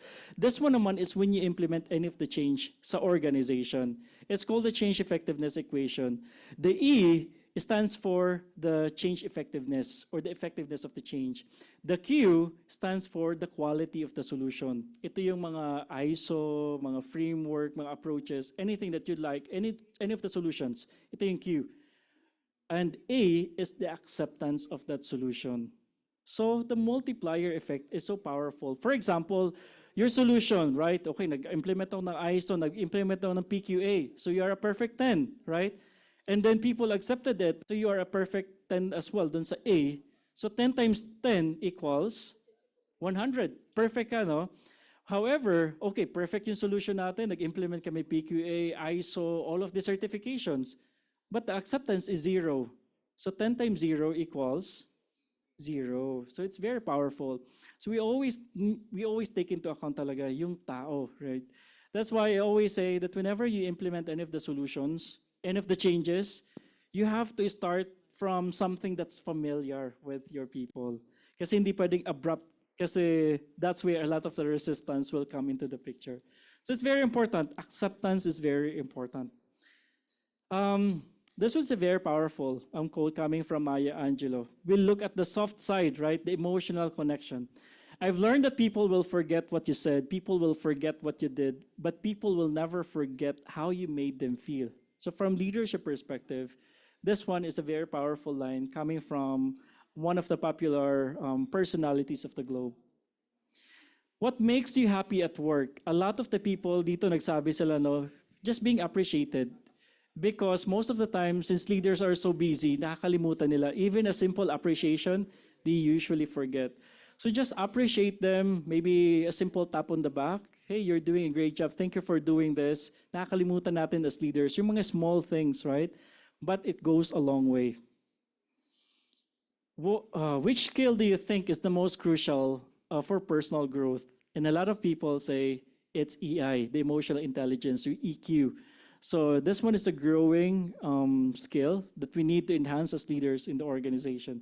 So it's been growing for the past years. Although it's been there, matagal na talagang concept siya, but for the past years, talagang pinagtuunan natin siya ng pansin, a lot of the leaders in the globe. Another framework I want to share with you is the QED, the quality, efficiency, and discipline. So, and we can actually use this for personal growth. So let's start with the Q for developing expertise, E for learning productivity techniques, and letter D for how do we commit to lifelong learning. Let's start with the quality, the Q, right? So develop expertise. Am I delivering work that stands out? Yung ginagawa man natin, talagang dekalidad, sabi nga kanina, dekalidad ba talaga sila, right? Am I really trained? Kulang pa ba ako dun sa training so that I can deliver that dekalidad na trabaho? Am I continuously improving my skills? And sometimes, especially if you're an employee, then if you cannot get that specific training internally, then you can look outside. And if you're a leader, you need to make sure that it's really part of your agenda to make sure that you subject your members or your people into different types of training, especially those trainings that are related to what they do so that they become more successful in what they do. If you feel like this is the intervention that you need for that person to improve or for that person to have that quality work, then put that specific person on training. So develop that expertise, that's quality. Efficiency from this perspective is learning the productivity techniques. There are so many principles that you can actually learn along the way. 80-20 rule, the Pareto principle, the one that we mentioned earlier, right? It's very powerful. If you can do less but gaining more, then that would give you a lot of benefit. Time blocking, this one is, I don't know if this is, this can be applicable maybe to some for the government, right? But to us, it's really important, the time blocking. So the deep concentration, deep focus is very important for us. Then automation and technology. Now that we have the generative AI, then you now need to start looking at it. It's because it can help you a lot to become more efficient, to become more productive, so that you can really focus more on the most, the high value task, high value adding task, if you will. And the last one in here is discipline, which is, I believe this is one of the hardest, right? How do you build that discipline? How do you build that continued commitment, right? Commitment to lifelong learning.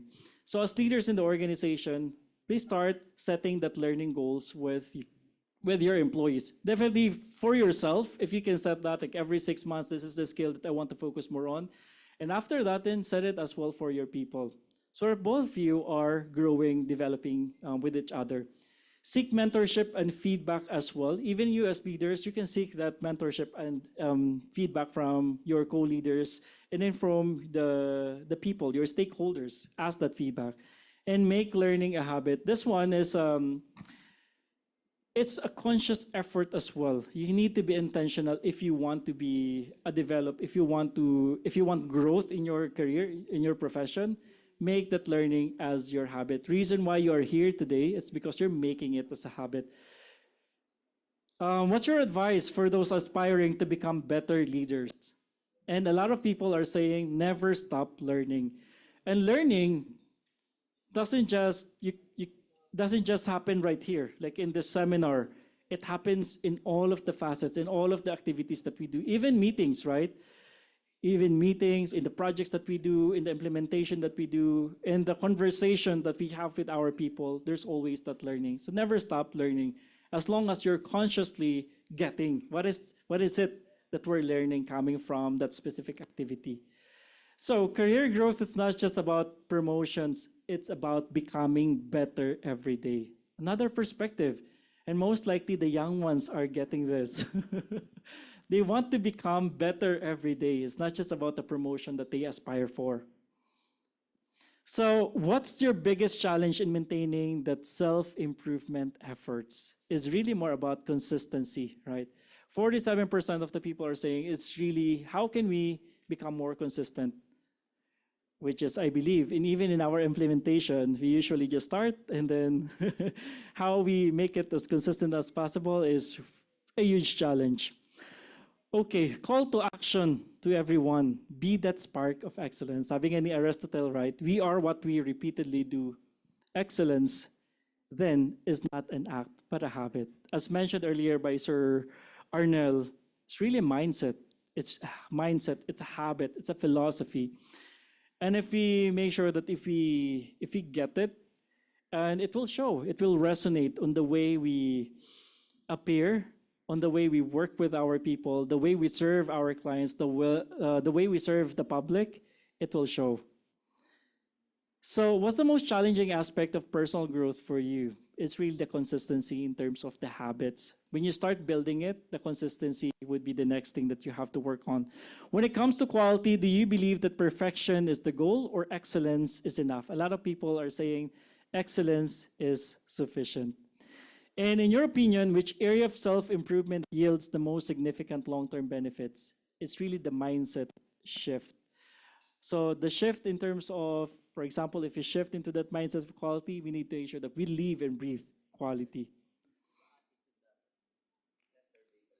Yeah, survey. Very limited. That's so true. Okay, so this is, I want to live with you today, and I want to ask the people or the participants from the online environment, if you can compose right there in your chat box, also in the YouTube environment, if you can use the chat box, I'll give you a few seconds. What is that one action you will take to improve your work quality and your life starting today? And there's also, I want to give you a few seconds as well for the people who are right here in the studio. What's one action you will take to improve your work quality and your life starting today? So let's give it a few moments, a few seconds for our online participants to compose and start sharing what is that one action, what is that one commitment that you will take to improve your work quality. So I can see in here from DepEd, accept change. Yan. Powerful. We also have, sir, an answer here from our YouTube attendee, to be proactive. Be proactive, not reactive. Thank you so much for that. So how about from our participants here? Maybe a couple. This is sir. What is that one action that you will take after this seminar? Actually, ano na yun, sir, maganda na yung nasabi ng online. Always be proactive. One way of, yung nasabi niyo rin, sir, ang learning process is a continuous process. Every day is a new day.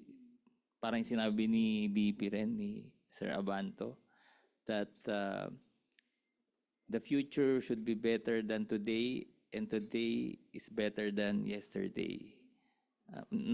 Yun, magandang ano yan, sir, and I will get that caption of his. Very nice, ano?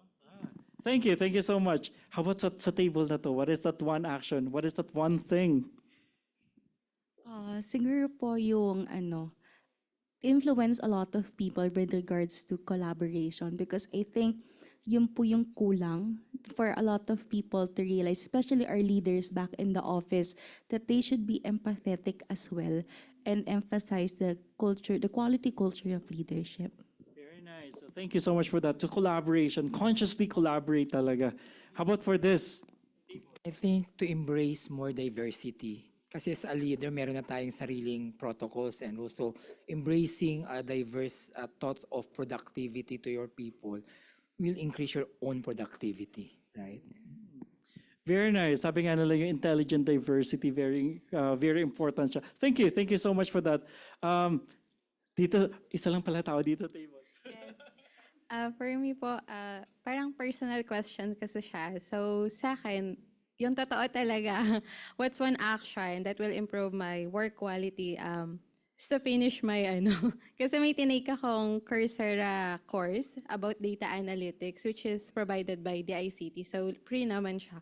Kasi yung work ko ngayon, more on data, more on kailangan ko gumawa lagi ng charts, graphs, yung lagi pinapagawa sa akin. So I decided to take up that course, pero up until now, hindi ako consistent kasi. I mean, pag sa gabi, syempre gusto mo na lang magpahinga. So yung 30 minutes or 1 hour na listening to Coursera, siguro malaking bagay na. So, I will finish that course on data analytics na. And sa tingin ko, malaki kasi may itutulong niya sa akin. Like, last time, pinag-aaralan ko pa lang yung Google Sites. Kung naririnig niyo na siya, yung paggawa ng simpleng website for your team. So, kahapon, nakapag-produce ako. I mean, inaaral-aral ko lang siya sa YouTube. So, that's one thing na I'm happy kahapon kasi, wow, I made it. Oh my gosh. Kasi hindi naman siya parang ibibigay sa'yo ng libre ng department head mo, or hindi niya sasabihin na mag-aral ka nito. Dapat sa'yo mismo mag-start yung change na you want to learn this thing para mag-improve ka. Kasi at the same time, pag nag-improve ka, the team also improves din po. Thank you so much. Very nice. So you need to be accountable with yourself, and you own your development. Yan. So before si sir, may one thing lang ako na sabihin about sa habit, no?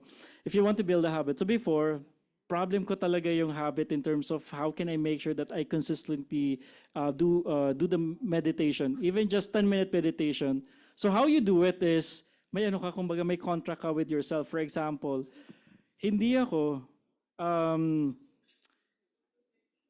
makapag tawag dito, hindi ako makapag-breakfast kapag hindi muna ako mag-meditate. So some sort of like contract with yourself to make sure that it sticks kasi medyo mahirap talaga siya. For me is continuous empowerment, trust, and mentorship of my team. Very nice. Powerful. Thank you. Thank you so much for that, sir. What's one action you can take to improve your work quality is to ask questions. Seeking for help does not make you less of a person. It does not make you less of a worker. Very nice. Yun nakakalimutan natin, no?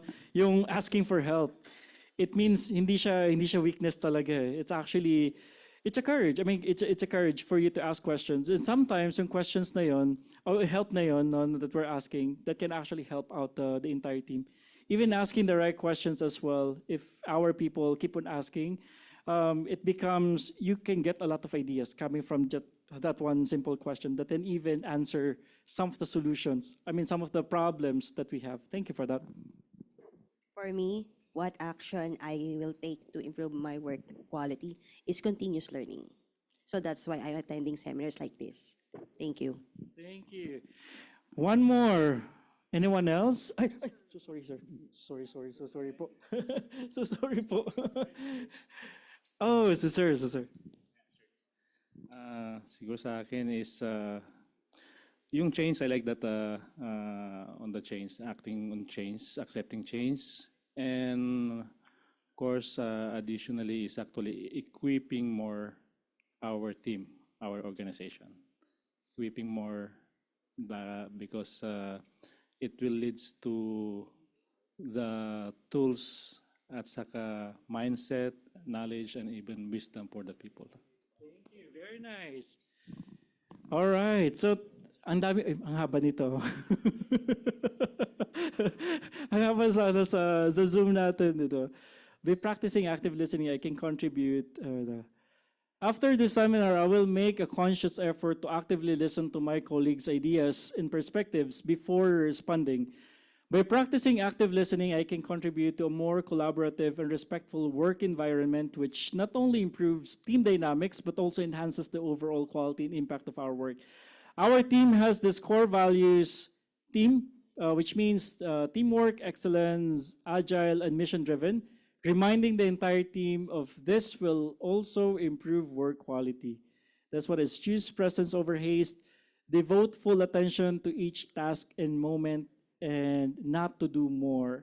And last one, preparing simple things ahead of time, like prepping your clothes and things the night before your workday, less stress, happier workday to exhibit greater consistency and discipline.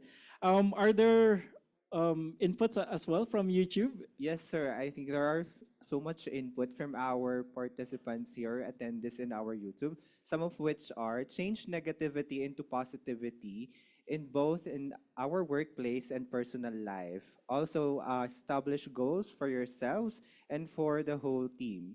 We also have here a response, be better version of yourself that matters most, focal to the team's goal, and proper planning of tasks and prioritize what needs to be prioritized. Wow, powerful. So, let's give everyone a round of applause. Yan. Ang bilis na nga natin ng session natin today. So we're able to... Ay, nawala na siya.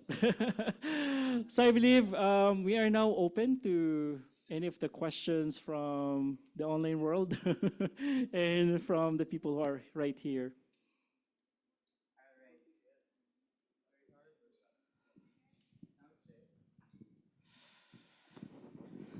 All right, so before we proceed with the question and answer portion, we'd like to thank Dr. Ray from Mista again. For that, how do we say it? Is it an enlightening presentation, activating, or energizing presentation he had delivered to us?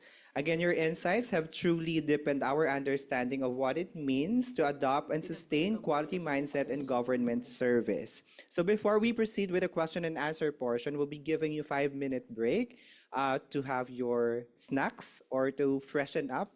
Yung mga gusto pong mag-CR, you can go po sa ating comfort room, and then we'll resume after 5 minutes for the question and answer portion. Thank you, everyone.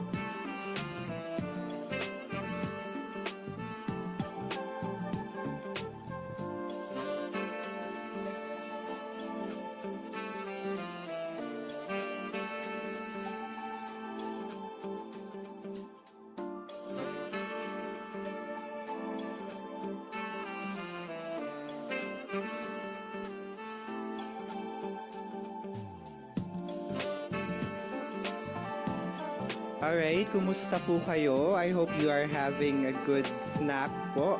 And nakapag-refresh na po tayong lahat.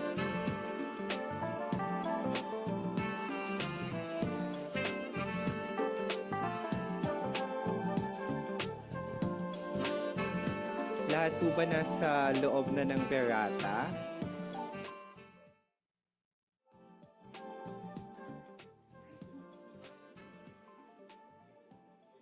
Alright, before we proceed to the question and answer portion po natin, we would like to take this opportunity to share some important announcements about our upcoming training and events with you, our dear participants. We also invite everyone on site para po makapag-settle down na tayo before we proceed po sa ating Q&A. And with that, may I call on the Director of the PDC Technology Management Office, Mr. Samuel Rosal, for a brief announcement.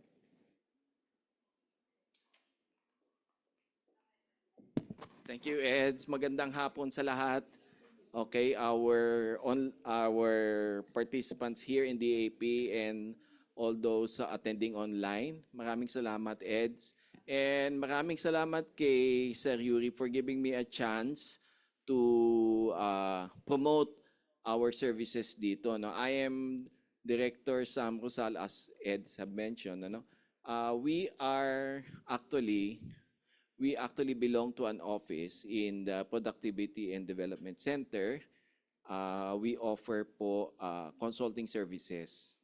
Functionally, we are arranged po into a training office, a research office, and my office, along with my colleagues po, we belong to the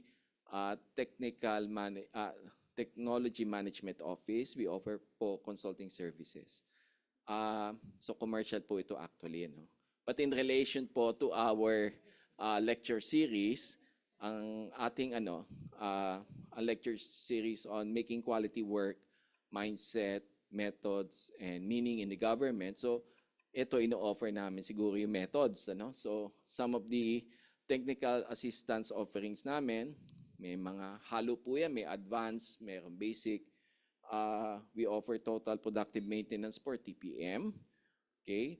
And the basic ones are service quality improvement, which is basically based on the principles of streamlining.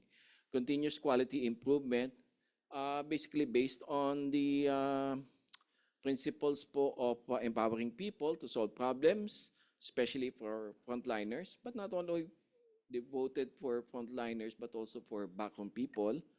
And we also offer mga development of management systems. So marami pong management systems kami na pwedeng i-develop for you. Kung wala pa kayong mga management systems, EOMS, Educational Organizations Management Systems, EOMS, certifiable po yan to the 21001 standard. Okay, meron rin po kaming, itong strengthening risks and capability based on the guidelines ng ISO 31000 and the development of environmental management systems. Okay, certifiable naman po to ISO 14001. And in the next slide, we also offer, services in developing your own KMS or knowledge management system. Na certifiable din po to the appropriate standard. Now, if meron na kayong mga existing mga management systems, we can either expand them, kung limited lang yung initially yung scope, we could expand them, or we could harmonize them. Ibig sabihin ko, pag maraming mga management systems, we could harmonize them. And integrate these multiple management systems. So, lahat po yan ay nakapackage po as consulting services po. We are sharing this with you. You could find all the details of these interventions po sa Facebook page po namin. You can just scan the QR code. And due to the limited time, hindi ko po pwede pong i-discuss lahat ng mga offerings namin. But ayun po ang aming may offer sa inyo in terms of siguro of the methods, okay, of this lecture series. Okay? So with that, ako'y nagpapasalamat po sa lahat. At again, thank you to Sir Yuri and also to VP Abanto na umalis na po. No? Hindi po namin siya naabutan. Sige po. We report directly to VP Abanto pala for your information. Thank you very much.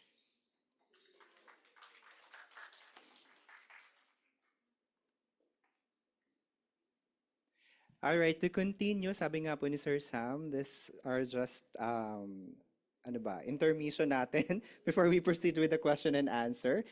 We will have a list of training and events from other offices.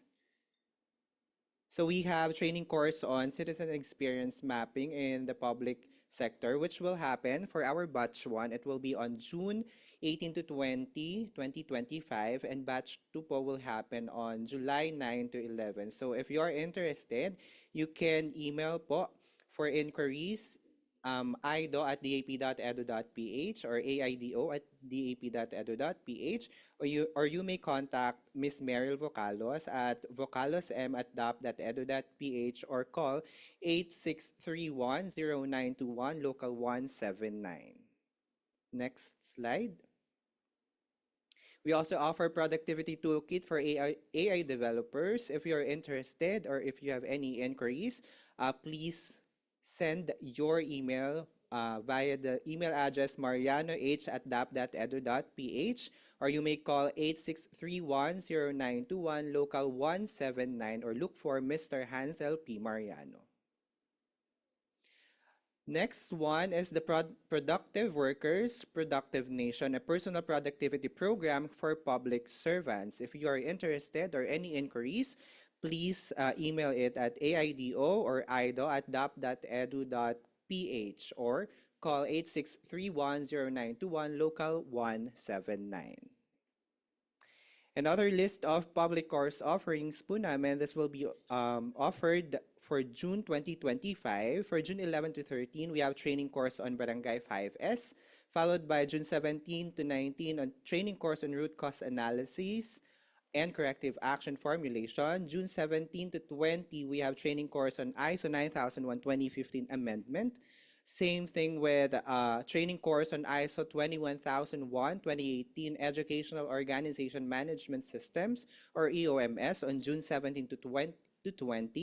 June 24 to 26, we have training course on work improvement teams, and June 25 to 27, training course on 5S Quality Workplace. Please look for Ms. Stephanie Lacbayo or call 028-631-0921 local 135, or you may email lacbayos@dap.edu.ph or trainings@dap.edu.ph for any inquiries. All right. So we may now call on Dr. Frimista for our question and answer. Sir, may I invite you po dito sa ating sofa for the question and answer? All right. If you have any questions sa ating mga on-site participants, you may raise your hand po and we'll give you the microphone. Please don't forget to state your name and kung saang agency po kayo nanggaling before you give out your questions. And for our Zoom participants naman po, you may access our Q&A form. You can log din po yung ating mga questions on our chat boxes for easy access. Alright, so let's start with the question natin. Do you have any questions from the floor to start with? May tanong po ba tayo or nag-iisip pa? Or baka nadala nung pumunta tayo sa restroom, na-wash out po ba? Nung pumunta tayo sa restroom, yung mga questions natin. How about sa ating pong online participants?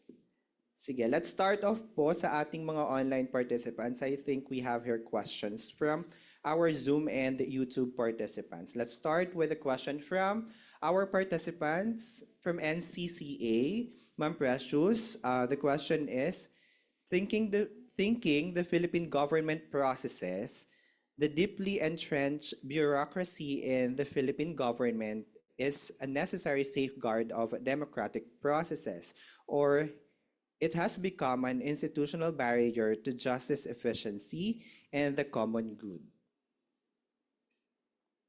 Ulitin ko, sir, yung, yung question niya. Sige, sir. Ku- Yung question Question pala niya, yun. opo, parang question na siya. Thinking the Philippine government processes daw po, the deeply entrenched bureaucracy in the Philippines government is necessary safeguard po ba of democratic processes, or it has become an institutional barrier to justice, efficiency, and the common good? Can you repeat it? Parang kakaiba siya. Medyo malalim yung question niya, sir. Yeah. Yung question niya, sir, if you're thinking about Philippine government processes daw po, is it deeply entrenched into bureaucracy of the Philippine government? Was it necessary for safeguard of democratic processes, or has it become an institutional barrier for justice and common good? Parang hirap siya sagutin. Yes. Let's say I'm not the right person who can answer the question. So Siguro the question will be addressed offline na lang po. We'll have we'll have a point person siguro to answer this question. Let's proceed with the next question po natin. This is from Miss Christian, if I'm correct. How can you effectively overcome the challenge of improving team performance and work quality when their primary motivation is financial compensation? That's the first question. When their primary motivation is financial compensation or the salary they're getting, parang gano'n, no? Yes, sir. I think it's number one, it's the job of the leader definitely to make sure that the job that they're doing is something that's meaningful. Meaning it has to be packaged by the leader that is something that's it's really contributing to the goal of their specific team or department. So you need to ensure that it's something that's because you need to make sure that it has to appear that it's really meaningful for that specific department.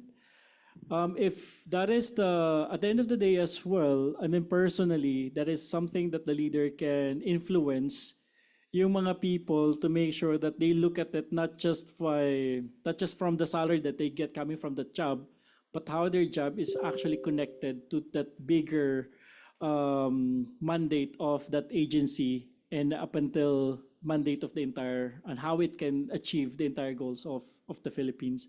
I think tying it up with what matters most dun sa department, dun sa agency, will change the narrative on how people are looking at it, not just the salary that they're getting at the end of the day. All right, for the next question natin, sir, this is from LGU Malabon naman po. This is from Ma'am Jean Armas. So her question, in environments where political alliances strongly influence priorities, how can we cultivate a quality mindset and embed objective, data-driven methods that endure beyond political terms and transitions? Medyo mahirap din siya, no? May political May something political, in yes, there. sir. Can you repeat it? So for the question, sir, again, in environments where political alliances strongly influence priorities, how can we cultivate a quality mindset and embed objective, data-driven methods that endure beyond political terms and transitions? I always look at it because everything that we do, especially from quality perspective, if you want to establish that culture, it really starts from the leader talaga of the organization. Regardless kung ano pa yung mga political alliances. But I hope that, the leaders who are right there, regardless kung may mga alliances man or wala, that it's something that they put more importance into, that they really emphasize the value of that kind of culture, the quality mindset that we're talking about now. So for me, regardless, it really depends on the leaders that we have, because everything else starts with the leader. All right. Thank you, sir, for addressing the question. All right. This is in relation naman po with the James Clear line and Q times A equals E. How can we reconcile the disconnection between that impersonal, distant, and cold systems or processes and personal warmth and short-sightedness nature of human? This question is from Sir Patrick or Michael Patrick Sibaluka. parang there are two things. So, he's looking at the James Clear statement, which is we need to have system, and then the change effectiveness equation coming from GE. How can we reconcile the two concepts from the perspective what's the first scenario again? The first scenario, sir, how can we reconcile the disconnection between that impersonal distant and cold systems and processes? Cold systems and processes. Cold systems and processes. What does that mean? So I believe if he can expand it more, what do you mean by the cold system? Is it a system that is not working? Is it a system that siguro ando na siya, but it's not something that people use? Ganun ba yun? So we need more clarity perhaps in terms of the question so we can answer it better.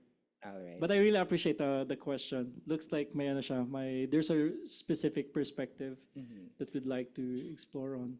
All right. For the questions that were not answered, we'll be answering it offline. So we'll try to get back to those who have submitted their questions. And for any other questions po on the floor, do we have any questions? Yes, sir. Can we have a microphone po?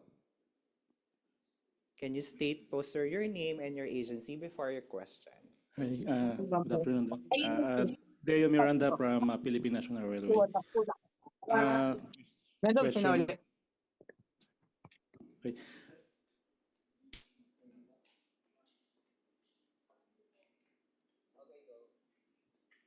All right, sir. Thank you. My question is that how we as a leader on government organization can actually establish or strengthen a system that whoever leads the agency, a productivity can be assured. Regardless of the leader, regardless of the transition. Medyo mahirap sagutin yung question is because the first thing that comes to mind definitely, right? Kung sino yung panibagong leader kasi sometimes may take din talaga siya on how he or she can take it forward. But then again, I always believe that kung sino yung leader sa ngayon na naka-assign for that specific agency or piece of business of the government is definitely to do the things that we have to do to make sure to establish that system. Because that system, for example, if you establish it the right way, an effective and efficient system, and that the system is actually producing great results, impactful results, and most likely, malaking business case for that new leader to also continue that kind of system. So I believe it all starts if the leader is seeing a lot of the good fruition coming from the existing system, most likely that leader will continue that system and perhaps improve that system later on. So that's how I look at it, sir. All right. Okay, thank you. Thank you so much. All right. Thank you, sir, for answering the question. We have another question. All right, I think. Yes, ma'am. Okay. How can someone like me, I'm not a leader, to introduce a change into my team or organization? Kasi may mga quote-unquote untouchables. Those are the... Untouchables. No, those are... that is the term that used by my colleague when I was new in the team. Sabi niya, mahirap banggain yan. They are the untouchables kasi pag in-introduce mo yung change na yon, malaki naman ang impact, like magiging automated yung mga ginagawa namin. And probably yung isang tao na yung trabaho ng isang tao na yun is probably mawawala kasi magiging automated na siya. Then sa team namin magbabago din yung kanya-kanyang task kasi nga magiging automated na. So sa inyo pong palagay, paano yung step by step na i-introduce mo yung change without yung super reactive na, I mean, yung mga untouchables, mag-react ng sobra. Yung untouchables ito, mga twice ng age ko. So, mga nasa 40s or nasa 50s na nila. So, okay. Okay. Got it. Untouchables pala yan. Tagging. From my perspective kasi, I mean, whenever you introduce change, especially if you're not in the leadership role, kailangan mo humanap talaga from the leadership role you need to have that sponsor dun sa project na yon, someone who can champion it with you. Yet you can do the legwork, all of those things, no? And you can see a lot of the benefits. But when you present it to that someone who can sponsor it, kailangan malaman niya din you're aligned in terms of what are we getting, diba? What's in it for the organization, what is in for the team, what is it for the public as well, ano magiging impact nun. So dapat may sponsor. Then for me, very important yun. It's because a lot of the projects that we've done, a lot of the changes, hindi naging successful is because hindi siya na-sponsoran. Meaning wala siyang champion. So dapat meron kang voice na magsusupport sa iyo regardless kung, di ba, especially with the other leaders. Kasi hindi lang siya sometimes isa eh. If you want to get the buy-in coming, especially coming from the senior leaders, kailangan meron kang malakas na buy-in as well na kasama mo. You alone, kung ikaw lang yung talaga sa totoong buhay, hindi talaga siya mag-make ng mark. It's because there's a specific language that people speak, di ba, dito pagdating sa senior leaders. They have specific perspectives. They have specific, what they call this, numbers, areas, goals that they need to target as well. So you need to ensure that these are all aligned. Siya yung make sure that you can that can be championed and para make sure na talagang may implement mo siya. That kind of change. But you need that senior leadership buy-in and commitment as well. When I say commitment and support coming from leadership team, hindi lang siya tipong, okay, ako magboboses about dun sa project, ako magfa-fund dun sa project, but also that specific leader talagang he lives and breathes as well yung specific na project na yon. Hindi lang susuportahan ka through the money, the funding, but kailangan naniniwala talaga siya doon sa project na yun for it to become successful, especially when it gets implemented. Yeah. Medyo critical yung mga projects na gano'n, no? Pagdating sa mga automation, especially from government, it can be very, very critical na topic, but it needs a lot of management buy-in talaga. Thank you. All right. Thank you so much, sir, for answering the question. And to manage our time, I think we've come to the last question po natin. Who would want to have the last question from the floor? Do we have any questions pa from the floor?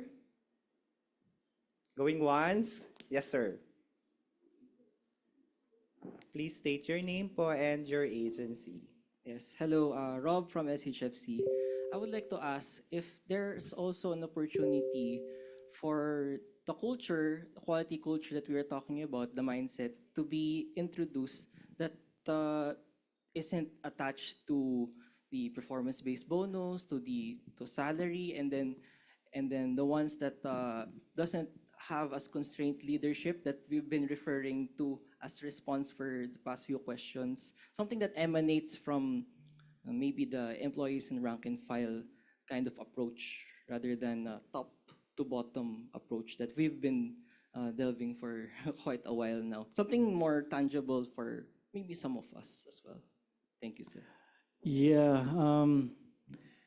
it's a hard question. It's because most of the time in this type of initiatives, most of the approaches, like especially from quality perspective, it all starts talaga from the top. But if we're talking about bottom up, it's a very nice concept sa totoong buhay, right? I mean, if we can start somewhere, but we've tried that many times as well. But I'm not saying that we've tried that before. Kung saan siya manggagaling, kung middle management ba siya or sa baba siya, magiging successful ba siya. But in our practice, hindi siya naging successful. But then again, if you partner it with the right recipe, if you will, for example, yung kanina nakita ko meron mga quality circles, for example, one of the trainings, so plugging pala, one of the trainings the AP, no, yung quality circles or the WIT, work improvement teams, that can help a lot in terms of making sure that that kind of culture pwede siyang mag-emanate from elsewhere. Kumbaga, coming from the entry-level individuals in the organization. But then again, even that kind of methodology, yung quality circle, kailangan i-champion din kasi talaga din sa taas. It's hard. It's hard. If we started somewhere from the bottom, for example, we can start doing anything. However, we always need to make sure kasi na lahat kasi na ginagawa natin, no, it has to be connected talaga. It has to be aligned with the mandate of that specific department or agency. So the short answer to your question at this point is, I'm not saying that walang hope, but there are so many things. Siguro, maybe the leader sa specific area nyo, whenever you do yung mga meetings, you can integrate it naman. Yung mga, for example, there's a specific activity, what went well, what are the things that we need to improve on, yung mga onting mga ways that we can embed yung quality na yun, pwede naman siya mangyari. But itong mga big things kasi pagdating sa kung cultural na talaga to, talagang leaders talaga yung nag-start talaga siya from the top. Is there a dimension that tackles also employee associations or sort of movements, mobilizations that's organic in the organization from that point of view, sir? Or really still leaders, no? I think sa mga startup companies, yun yung nakita ko na talaga. Since medyo small kasi talaga yung mga sa startup companies that I've seen so far, yun talaga nagtatrive yung ganun. They're very agile, very democratized as well in the way they make decisions. They allow a lot of, kumbaga, failures on the way that they do things. Yun, medyo nakikita ko dun sa environment na yun. But for something like a huge entity, like a government itself, culture, especially for the government, deeply rooted kasi talaga siya. No? So a lot of it has something to do with how the leaders are managing it. So yun yung ano. But may there's always a hope, especially with the young ones. They're changing the way we view things.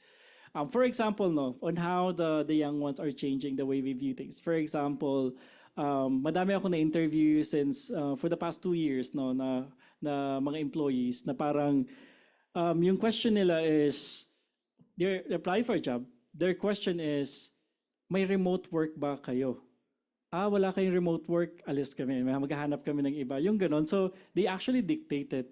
So it means there's a lot of hope coming from the young ones na pwede talagang mag-change, na pwede mag-challenge on the way we do things.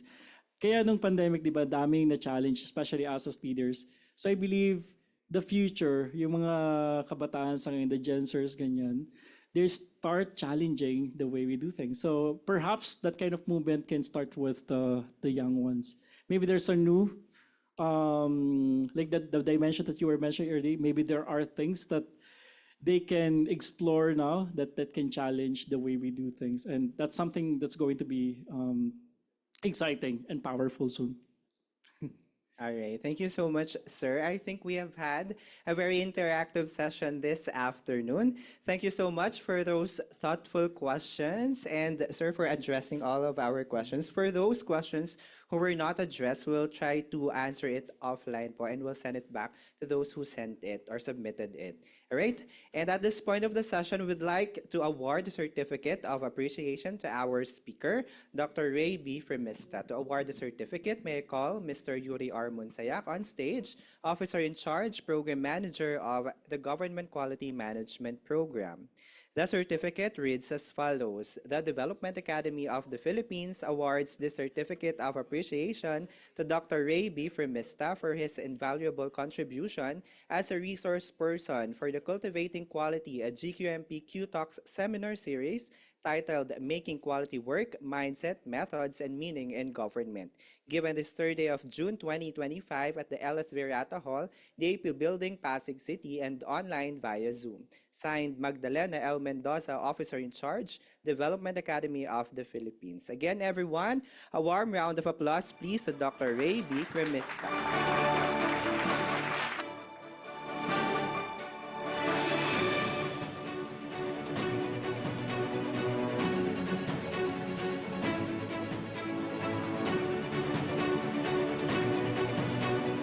Again, thank you so much, Dr. Fremista and Sir Yuri. As we reflect today's insight, we invite everyone to participate in our interactive segment, an opportunity for you to share your thoughts again. This activity, titled Complete the Sentence, encourages everyone to reflect on the concept of quality through 3 prompts. We warmly welcome your responses to share with us. Here are our 3 sentences or 3 prompts. Number 1, having a quality mindset means. Number 2, a quality-driven organization is one that. And number 3, one way the GQMP can influence a quality mindset in government is through. Again, for our prompts, number one, having a quality mindset means. Number two, a quality-driven organization is one that. And number three, one way the GQMP can influence a quality mindset in government is through.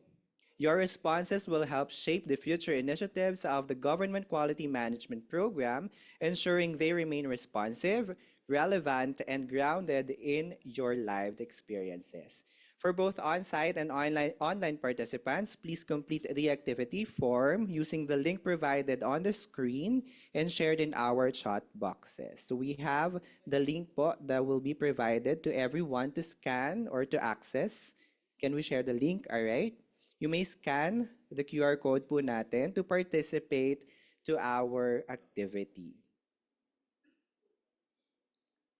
All right, after submitting the activity form, you may proceed to filling out also the evaluation form link sa ating activity form. Completion of these forms is necessary to receive your e-certificate of appearance for today's session.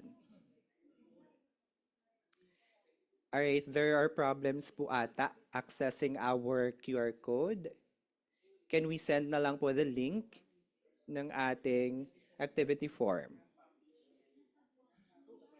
Not published daw po yung error natin for the activity form. Alright. To our online participants, we'll be sharing it na lang sa ating chat box. And for our on-site participants, we'll call 5 sa inyo to share yung inyong answers sa ating complete the sentence activity. We have 3. Tatlo. Okay, tatlo. We'll have 3 from our on-site participants who will be picked to share yung ating answer to our sentences. Can we go back to the slide po ng ating sentences? Yeah, we'll have special token for those tatlo na mag-volunteer to answer. Yan.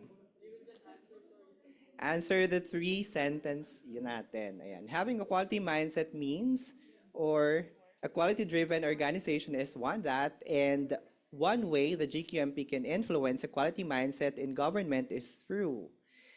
Anyone who would want to share, ma'am? I see a raise of hand kay ma'am. Isa lang po, di ba? Isa lang, right?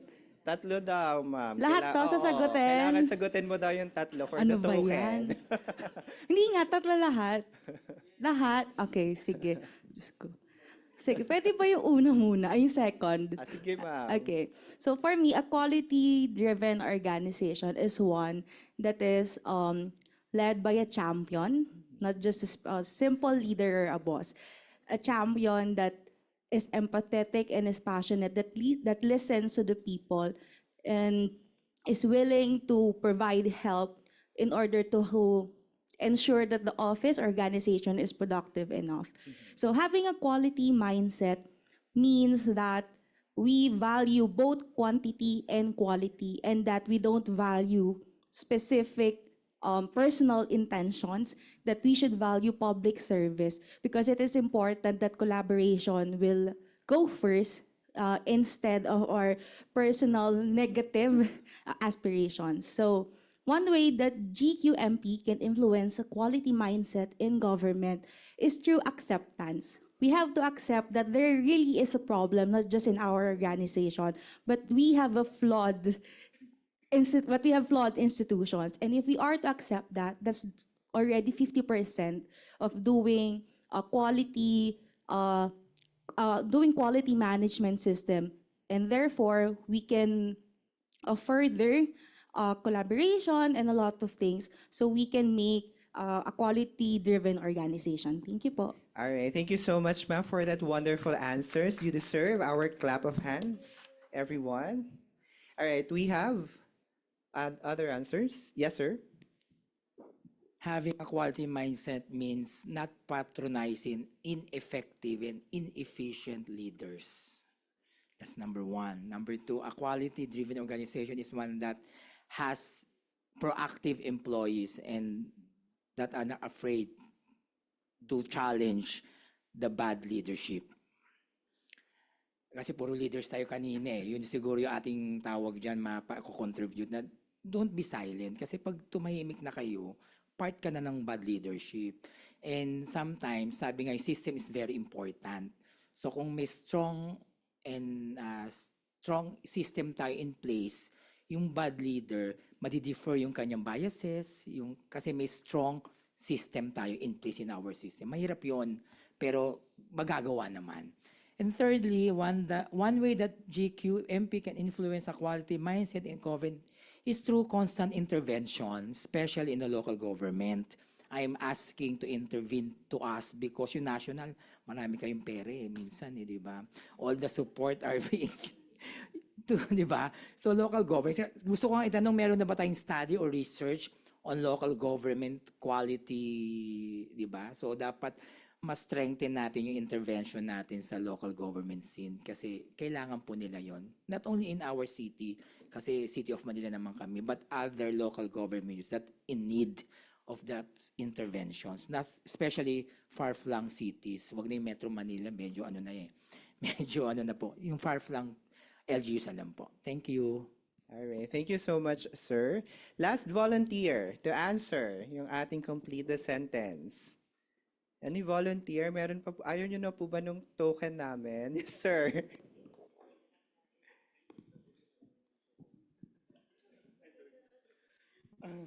Okay, so first is that having a quality mindset means actually possess good process and proactive people. And quality-driven organization is that productive process, and also has happy people. Yung third is that one way that GQMP can influence a quality mindset in government is through, I think, collaborations in the entire government organization. All right. Thank you so much, sir, for sharing that to us. And that concludes our group sharing. Do we have? All right. Yes, ma'am. Good afternoon. For number one, having a quality mindset means it's about making quality habit not just a goal. And it is a way of thinking and working that leads better outcomes, greater satisfaction, and long-term success. And then for number two, a quality-driven organization is one that proactive, customer-focused, and committed to excellence at every level. Yes. And for the third one, one way to GQMP can influence a quality mindset in a government is through open communication and coordination in any organization. Yes. Thank you. All right. Thank you, ma'am.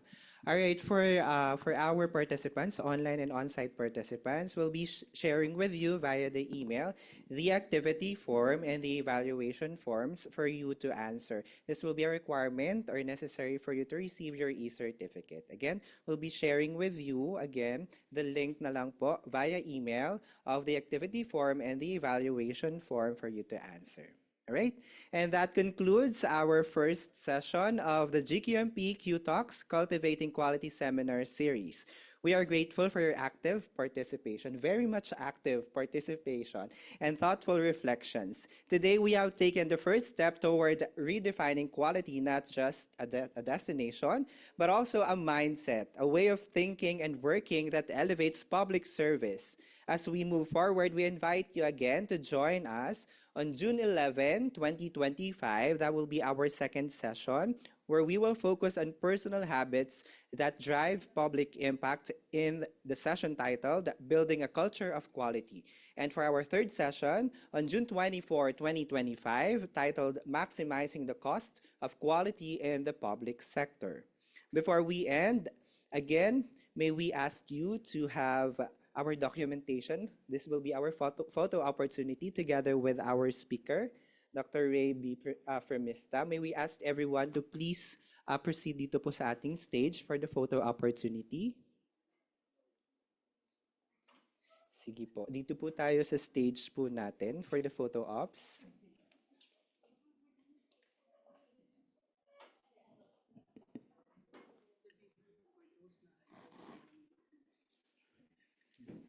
For those po who wish not to join sa ating photo opportunity, okay lang naman po. Pero for those na willing, can proceed po sa ating stage for the photo opportunity po natin with our resource speaker. Sige po, akyat po tayo sa stage. Magkakasya po tayo dito.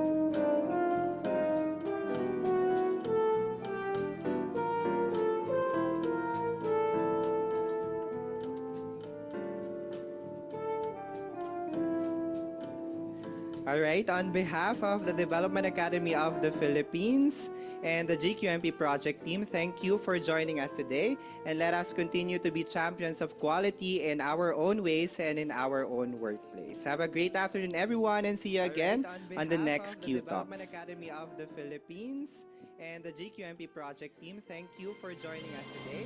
And let us continue to be champions of quality in our own ways and in our own workplace. Have a great afternoon, everyone, and see you again on the next Q Talk.